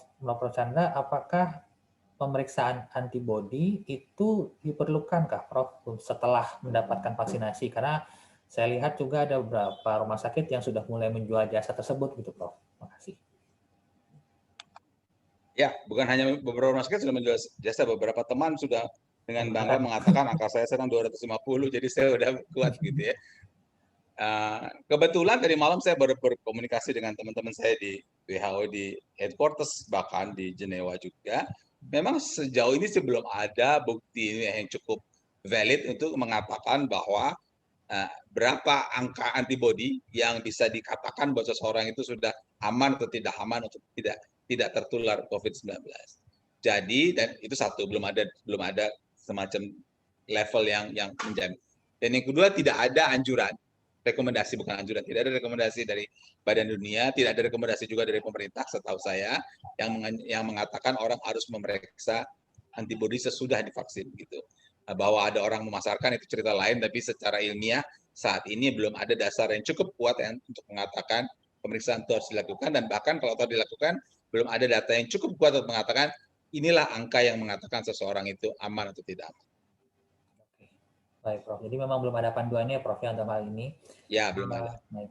Lalu, Prof, kalau misalkan ada juga pertanyaan kalau misalkan vaksin pertama diberikan vaksin A, lalu vaksin keduanya diberikan vaksin B, sudah ada belum, Prof, yang memberikan boleh apa tidak seperti itu, Prof? Yang sudah ada adalah yang tadi saya bilang, bahwa vaksin keduanya itu digeser lebih lama. Itu yang sudah ada pendapat. Bukan hanya pendapat, itu pendapat yang mungkin sudah jadi kebijakan di beberapa negara, gitu ya. Nah, waktu mengatakan bahwa vaksin kedua diberikan lebih lama, memang sudah keluar sesuatu yang agak genit begitu, mengatakan kita berikan nanti aja, bahkan kita kasih vaksin yang lain saja. Itu sudah ada cerita-cerita seperti itu. Tetapi kalau kita mau cerita evidence-based medicine, evidence-based artinya berdasarkan bukti ilmiah, yang bukti ilmiah yang ada sejauh ini mengatakan bahwa vaksin yang 2 kali harus diberikan 2 kali dengan interval yang sudah tertentu, tidak boleh. Kalau toh digeser ada batasnya, nggak bisa lama banget gesernya, dan diberikan jenis yang sama tentu saja untuk mendapatkan hasil yang baik, karena hasil yang kedua itu memperkuat hasil yang pertama. Jadi walaupun sudah ada bisik-bisik tentang hal itu, karena kita masih di Indonesia kebetulan baru menggunakan satu dan mungkin akan ada satu lagi dalam waktu dekat AstraZeneca itu, kita gunakan saja masih 2 dengan interval yang sudah ditentukan dan dengan menggunakan vaksin yang sama. Vaksin yang sama ya, baik Prof. Ada pertanyaan lagi Prof mengenai plasma darah konvalesen yang biasanya kita dapatkan dari para penyintas dari COVID. Menurut pandangan Prof, apakah itu levelnya samakah baiknya dengan pemberian vaksin? Seperti itu, Prof? Agak gini lah, balik lagi kita cerita yang tadi, mungkin yang teman-teman yang bukan kesehatan, mohon maaf kalau capek saya ulang-ulang lagi cerita evidence based, gitu ya. Jadi dunia kesehatan ini bekerja berdasarkan bukti ilmiah yang ada. Nah, kalau saya mau mundur lagi sedikit, di luar itu tentang obat untuk COVID. Kita tahu bahwa untuk penyakit yang lain, ya, karena saya kebetulan dokter paru, saya udah lama nggak pegang pasien, tapi untuk penyakit TBC misalnya, maka itu obatnya sudah jelas. Mau sakit TBC di Depok, mau sakit TBC di New York, obatnya sama. Mau sakit TBC di Tokyo, obatnya sama. Gitu. Atau katakanlah yang orang bilang sakit tifus atau demam tifoid gitu ya. Mau demam tifoid di Jakarta, mau demam tifoid di London, mau demam tifoid di Aljazair, obatnya sama. Karena semua mengikuti evidence based, bukti ilmiah yang ada yang mengatakan bahwa obat ini berguna buat penyakit itu. Nah, untuk COVID hal itu belum ada. Gitu. Jadi bisa saja, jangankan di Jakarta sama di London, bisa saja di Jakarta di rumah sakit A orang dapat obat A, di rumah sakit B orang dapat obat B, bisa-bisa saja. Karena memang ada beberapa penelitian yang mengatakan bahwa obat A atau plasma konvalesen itu bermanfaat, tapi juga ada penelitian lain mengatakan obat A yang dibilang bermanfaat itu hasilnya tidak sebagus yang dikatakan. Begitu juga plasma konvalesen yang disebut bermanfaat di satu sisi, penelitian lain mengatakan tidak sebagus yang diharapkan. Gitu. Karena itu WHO sampai sekarang belum mengeluarkan pernyataan obat mana yang betul-betul direkomendasikan. Yang mereka pernah keluarkan adalah obat yang namanya kortikosteroid itu bukan untuk membunuh virusnya, tapi untuk menangani keadaan COVID yang berat, tapi bukan untuk virusnya. Obat-obat yang pernah dipakai, pernah diceritakan, pernah disebut-sebut, maksudnya bukan diceritakan, seperti remdesivir, macam-macam itu selalu sampai saat ini masih merupakan perdebatan karena hasil penelitian berbeda-beda. Begitu juga plasma konvalesen. Harus diakui ada cukup banyak penelitian yang menyebutkan bahwa plasma konvalesen itu berhasil. Bukan hanya penelitian berskala internasional, tapi juga cukup banyak teman-teman kita yang sakit kemudian dapat plasma konvalesen dan berhasil. Tapi juga harus diakui bahwa cukup banyak juga penelitian-penelitian lain yang mengatakan plasma konvalesen tidak memberikan hasil yang seperti yang diharapkan. Gitu ya. Jadi kesimpulannya ini berbeda dengan vaksin. Kalau vaksin sudah ada bukti ilmiah yang jelas, vaksin ini efikasinya sekian persen, 60, 70, 80, 90. Jadi plasma konvalesen itu bisa digunakan kalau memang ingin digunakan, tapi memang bukti ilmiah belum betul-betul katakanlah 100% valid, belum ada bukti ilmiah seperti itu. Jadi belum ada badan dunia juga yang betul-betul merekomendasikan untuk pengobatannya, tapi memang juga tidak dilarang, itu dapat diberikan. Baik Prof, terima kasih Prof. Lalu Prof, ini juga ada lagi pertanyaan yang sifatnya ini cukup praktis atau pertanyaannya praktikal. Apakah ada sumber lain Prof untuk bisa tahu apakah kita ini sudah masuk dalam daftar vaksin selain di website peduli vaksin tersebut? Yang kedua, apakah ada alasan tertentu ya Prof kenapa lansia ini saat ini masih hanya diberikan di ibu kota provinsi seperti Jakarta, Bandung, tapi kalau di Bekasi, Depok rasanya nggak bisa dapat gitu, Prof. Terima kasih. Itu balik lagi, itu pertanyaan bukan buat kita, Dr. Felix. Itu pertanyaan buat Kementerian Kesehatan. Ya, baik. Bagaimana daftarnya, gimana begitu ya. Tetapi dari yang kita baca dan pembicaraan informal begitu, tentu saja kenapa masih di ibu kota provinsi, karena jumlah vaksinnya itu terbatas masih, sehingga sekarang prioritas pertama diberikan pada ibu kota provinsi. Begitu ya. Tapi saya yakin nanti kalau jumlah vaksinnya makin lama makin banyak, maka tentu akan meluas. Karena kan pertanyaannya adalah, kalau orang di Bekasi, kenapa mesti ke Bandung begitu? Kenapa nggak ke Jakarta aja yang lebih dekat kan gitu kan, itu ceritanya. Tapi itu saya kira lebih ke masalah distribusi, masalah ketersediaan vaksin.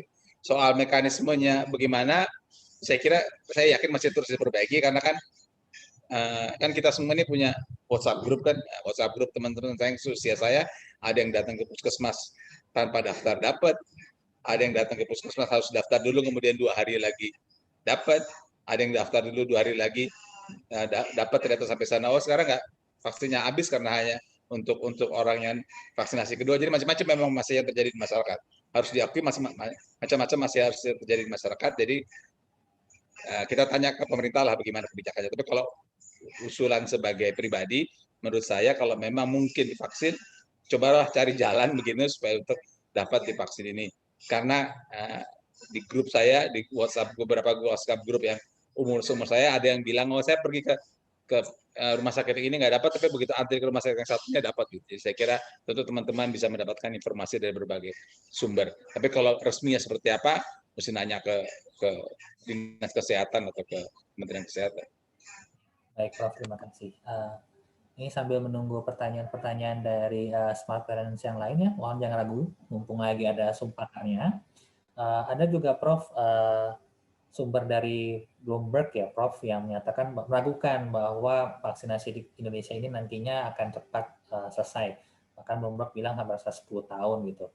Sebenarnya kendalanya itu lebih kepada masalah logistik atau memang negara kita ini memang cukup kompleks ya, Prof? Jauh sekali gitu jaraknya antara dari Sabang sampai Merauke seperti itu. Itu si Bloomberg itu tidak hanya ngomong soal Indonesia ya. Bloomberg itu hanya dia ngomong berbagai negara di dunia, ya. Dan prediksi-prediksi seperti itu kan berdasarkan data yang ada pada saat itu, gitu. Nah, tentu saja prediksi itu bisa benar, bisa tidak benar, gitu. Dan itu kan secara ilmu prediksi ilmiah itu tentu banyak limitasinya, banyak keterbatasannya. Gitu ya. Jadi kita lihat saja kenyataannya bagaimana. Itu satu sisi. Sisi yang kedua harus diakui juga effort pemerintah harus itu bisa dianggap digunakan sebagai trigger gitu ya, untuk membuat effort lebih besar lagi oleh pemerintah, oleh Yayasan Orang Tua Peduli, agar kita meningkatkan aktivitas vaksinasi ini supaya makin tinggi aktivitas vaksinasi sehingga makin banyak orang yang bisa divaksinasi. Gitu. Itu poin kedua. Nah, poin ketiga memang harus ini berhubungan juga dengan ketersediaan vaksin di dunia, gitu ya. Yang kita belum bisa predik secara jelas bagaimana dari waktu ke waktu, bagaimana apakah akan tersedia makin banyak atau tidak. Tapi positifnya adalah dengan makin banyaknya selesai uji klinik, maka akan makin banyak variasi vaksin yang tersedia, begitu ya. Tidak hanya 1, 2, tapi makin banyak 3, 4, 5, sehingga diharapkan ketersediaan di pasar dunia lebih banyak, sehingga yang disebut-sebut sebagai komitmen yang sudah ada benar-benar bisa terrealisasikan. Jadi tidak perlu terlalu dikhawatirkan itu prediksi-prediksi yang ada. Mereka bisa saja membuat prediksi, tapi kita juga bisa melakukan upaya agar jumlah yang divaksin makin hari makin meningkat, sehingga target yang diharapkan dicapai itu bisa lebih cepat tercapai. Baik, terima kasih Prof. Oke, ini ada beberapa pertanyaan lagi. Kebanyakan masalah komorbid lagi ya Prof, dan seperti tadi juga Prof sudah sampaikan bahwa kalau komorbidnya terkontrol harusnya semuanya tetap bisa divaksinasi ya Prof. Prof, adakah pendapat Prof mengenai vaksin Nusantara yang beberapa hari ini sering menjadi headline di beberapa berita kita, Prof? vaksin Nusantara yang disebut-sebut itu yang menggunakan pendekatan sel dendritik itu kalau kita, tadi kan saya bilang ada 73 vaksin yang ada dalam daftar WHO yang sudah masuk fase uji klinik. Paling tidak 2 di antara 73 itu menggunakan pendekatan dendritik. Gitu ya. Tapi semua masih fase 1. Saya tadi sudah sampaikan bahwa untuk bisa digunakan fase 1 harus lewat ke fase 2, fase 2 harus lewat ke fase 3, fase 3 ada hasilnya baru digunakan. Jadi kalau masih fase 1, silakan saja berproses sesuai dengan aturannya. Bagaimana kita lihat hasil ke fase 1-nya, kalau nanti fase 1-nya bagus silakan naik ke fase 2, kalau nanti fase 2-nya bagus silakan naik ke fase 3 sampai ada hasilnya. Saat ini yang ada di daftar itu penggunaan lewat katakanlah mekanisme dendritik ini ada di fase 1. Panjang prosesnya, Prof ya. Ya. Baik, Prof. Ada juga pertanyaan, Prof. Kalau misalkan seseorang yang sudah mendapatkan vaksin COVID ini, apakah masih bisa atau tidak bisakah dia tetap mendonorkan darahnya? Lalu yang kedua, kalau ada kekhawatiran, Prof, dari sebagai contoh misalkan lansia ini sudah diberikan vaksin COVID, lalu ada pendapat bahwa takutnya malah lansia ini yang sudah vaksinasi COVID ini dia bisa menularkan COVID itu kepada lingkungan sekitar. Itu kira-kira bagaimana ya, Prof, untuk meyakinkan pendapat seperti itu dari masyarakat?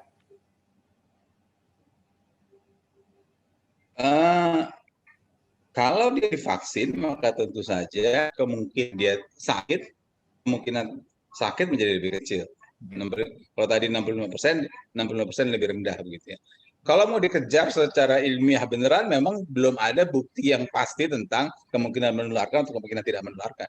Jadi kita tidak perlu lari sejauh itu menurut pendapat saya. Kita tahu saja bahwa kita bukan tahu, kita yakin, kita lihat saja bahwa datanya memang menunjukkan bahwa kalau orang divaksin maka kemungkinan dia sakit jauh lebih rendah ketimbang orang yang tidak divaksin. Jadi itu jelas menunjukkan bahwa vaksin itu sangat bermanfaat begitu. Ya, itu nggak ada masalah sama sekali. Itu tidak perlu dikhawatirkan lagi dan keputusan yang dibuat oleh Badan POM manapun juga itu mereka tentu bertanggung jawab gitu ya, dan kita tahu ini berdasarkan diskusi yang sangat mendalam. Jadi saya kira tidak perlu dikhawatirkan tentang efikasi vaksin sesuai dengan angka efikasinya, sesuai dengan hasil uji kliniknya. Soal pemberian darah ini maksudnya pemberian darah untuk rutin atau pemberian darah untuk plasma konvalesen ya? Kalau plasma konvalesen lain lagi ceritanya, sudah ada syarat-syarat tertentu bagaimana plasma konvalesen bisa diberikan. Soal donor darah setahu saya sih belum ada bukti ilmiah yang mengatakan boleh atau tidak boleh atau meneliti orang yang sudah divaksin untuk memberikan darahnya. Jadi harusnya tidak ada masalah. Tapi kalau mau evidence based, kita belum punya data ilmiah yang konkret bagaimana kalau orang habis divaksin kemudian memberikan donor darahnya, bagaimana perubahan ke orang yang diberikan darahnya, kita belum ada bukti ilmiah yang jelas tentang hal itu. Oke, baik, Prof. Terima kasih. Oke. Ada pertanyaan, Prof. Apakah vaksin Sinopharm yang sama juga diproduksi dari Tiongkok itu lebih baikkah dibandingkan vaksin Sinovac yang sudah kita dapatkan, Prof?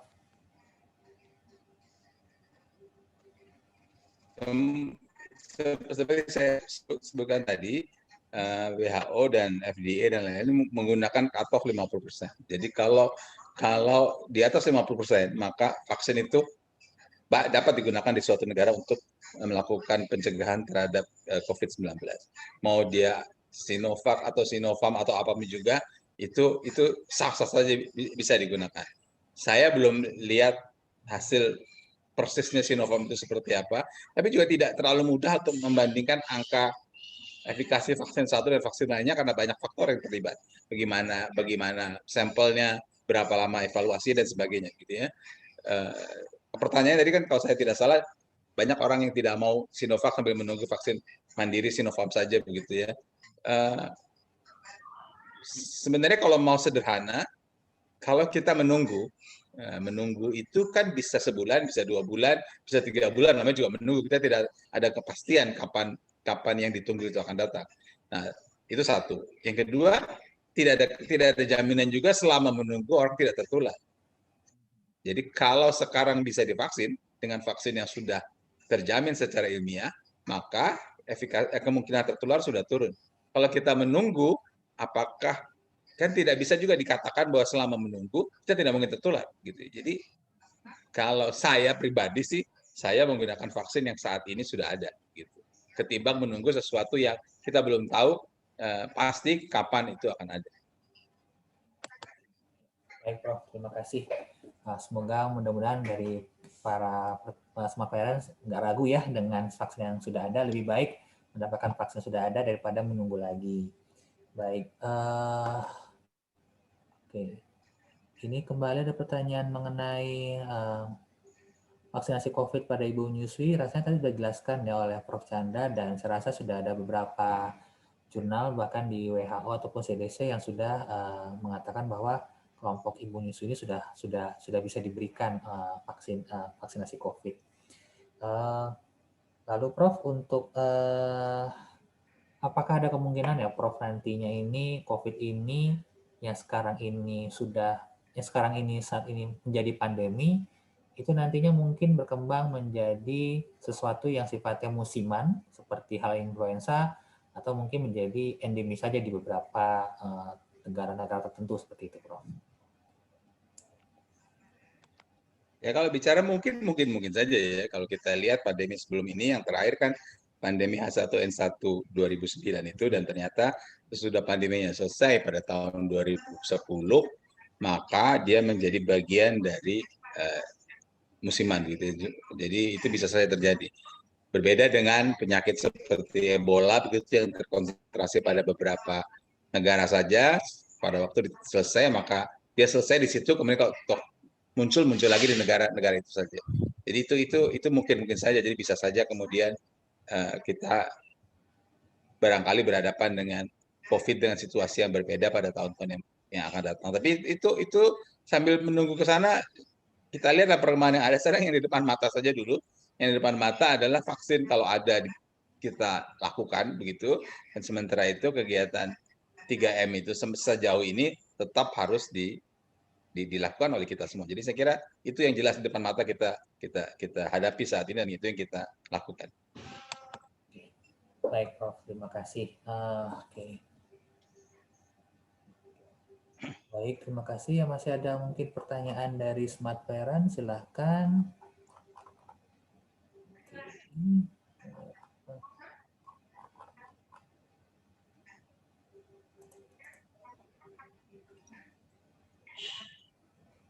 Udah nggak ada kali Dr. Felix, udah lama nih. Udah capek ngomongnya juga. Udah capek dari tadi ngomong terus, udah hampir 2 jam. Iya Prof. Satu lagi ya Prof ya. Jadi ada pertanyaan juga terakhir mungkin nih Prof. Kira-kira menurut pendapat Prof ini program imunisasi vaksin COVID ini kira-kira kapan ya Prof bisa selesai sampai mencapai target kita di Indonesia? Tadi kita sudah sampaikan, tergantung dari berapa besar kemampuan vaksinasi dilakukan oleh kita pemerintah, tergantung juga seberapa banyak ketersediaan masyarakat untuk divaksin, dan tergantung juga ketersediaan vaksin itu di pasar dunia. Jadi memang situasinya tidak terlalu mudah, masih fluid, masih bisa bergerak dari waktu ke waktu begitu. Jadi mau tidak mau kita kerjakan sesuatu yang ada di depan mata dulu, gitu ya. Yang ada di depan mata dulu. Saya kira target acara hari ini adalah untuk meyakinkan kita semua bahwa kalau vaksinnya sudah ada untuk kita, untuk 100 orang peserta ini, silakan dimanfaatkan sekarang. Itu target yang paling utama dan juga untuk kerabatnya dari 100 orang ini. Ya itu karena memang situasi masih terus akan berubah dari waktu ke waktu, dan jadi Dr. Felix kan, Anda kan juga tahu kita harus bicara di berbagai acara. Dan biasanya kalau bicara di berbagai acara kan panitia minta sebulan sebelumnya dimasukin papernya. Saya bilang nggak bisa, kalau untuk COVID kita nggak bisa masukin paper sebulan sebelumnya karena situasinya berubah terus gitu. Kalau paper saya masukin sekarang buat presentasi bulan akhir Maret, nanti udah basi begitu. Jadi mau nggak mau sekarang harus diupdate setiap waktu, setiap minggu begitu. Jadi memang situasi masih berubah terus. Jadi daripada kita pusing terhadap perubahan situasi yang seperti itu, kita manfaatkan apa yang sudah ada sekarang di depan mata kita. Itu saja message yang penting saya. Baik, Prof. Terima kasih. Memang benar seperti Prof katakan memang sangat cepat sekali ya Prof. Bahkan 2 hari lalu saya baca ada yang katanya mutasi hibrid ya Prof terhadap vaksin terhadap virus corona sendiri. Baik, saya rasa beberapa pertanyaan lain sebenarnya sudah dibahas juga ya oleh Prof Chandra. Mungkin ada pesan terakhir Prof yang mau disampaikan Prof? Sebenarnya tidak ada dalam pengertian pesan terakhir, tapi kita berhadapan dengan pandemi saat ini yang sudah setahun lebih sampai saat ini, dan harus diakui memang situasi beberapa waktu ini sedang membaik, artinya dunia sedang menurun, Indonesia juga sedang menurun. Kita berharap ya penurunan ini bisa terus terjadi, walaupun ini agak terlalu awal untuk mengatakan situasi sudah terkendali atau tidak terkendali. Itu satu. Poin yang kedua, upaya para ahli untuk melakukan penelitian untuk diagnostik atau pengobatan untuk vaksin masih terus berjalan. Itu poin kedua. Poin yang ketiga, untuk kita masyarakat umum, maka protokol kesehatan yang 3M itu harus tetap dijalankan saat ini secara maksimal, dan kemungkinan untuk divaksin kalau memang sudah dapat giliran untuk kita divaksin, sangat dianjurkan untuk vaksinasi itu dilakukan pada kita demi melindungi kita, demi melindungi keluarga dan kerabat kita, dan juga demi melindungi masyarakat. Terima kasih. Terima kasih Prof Chandra. Jadi memang ini menjadi sebuah tanggung jawab kita bersama ya mengenai pandemi ini. Dan seperti tagline di background kita bahwa saya, Anda siap dan kita siap untuk divaksinasi demi kemaslahatan bersama. Nah, terima kasih atas presentasinya Prof Chandra. Terima kasih juga kepada Bapak Irawan sebagai Ketua IKATUS dan juga kepada panitia. Selanjutnya saya serahkan kepada host acara ini. Terima kasih. Ya, terima kasih banyak Prof Chandra dan Dr. Felix untuk sharing ilmu dan waktunya yang berharga untuk kami semua, para peserta maupun panitia juga. Saya mewakili panitia, mohon maaf atas semua kekurangan pada penyelenggaraan pesat online kali ini. Sebelum kita berpisah, mohon kesediaan Prof Chandra, Dr. Felix, dan Bapak Ibu para peserta untuk menyalakan kamera. Kita akan foto bersama. Kemudian pada kesempatan ini kami juga mengucapkan terima kasih pada IKATUS atas kerjasamanya. Semoga ke depan kita bisa bergandengan tangan lagi untuk event-event selanjutnya. Iya, Bapak Ibu bisa buka kameranya. Di saya ada 4 layar. Oke. Sekaligus pada kesempatan ini saya juga mau menyampaikan bahwa nanti untuk YOP kita akan ada webinar lagi tanggal 28 Maret dengan tema kupas tuntas demam. Nanti bisa dilihat di sosial medianya YOP. Ya, kita ambil fotonya. 1, 2, 3. Untuk layar pertama, sudah. Layar kedua, 1, 2, 3. Layar yang ketiga, 1, 2, 3. Kemudian terakhir 1, 2, 3. Terima kasih sekali lagi pada semua yang telah berpartisipasi. Semoga bermanfaat untuk kita semua. Akhir kata, Assalamualaikum warahmatullahi wabarakatuh. Om Shanti Shanti Om. Namo Buddhaya. Semoga Tuhan memberkati kita semua. Sampai berjumpa pada acara berikutnya. Terima kasih Prof Chandra, terima kasih panitia, terima kasih Dr. Wati, terima kasih Pak Irawan, terima kasih semua.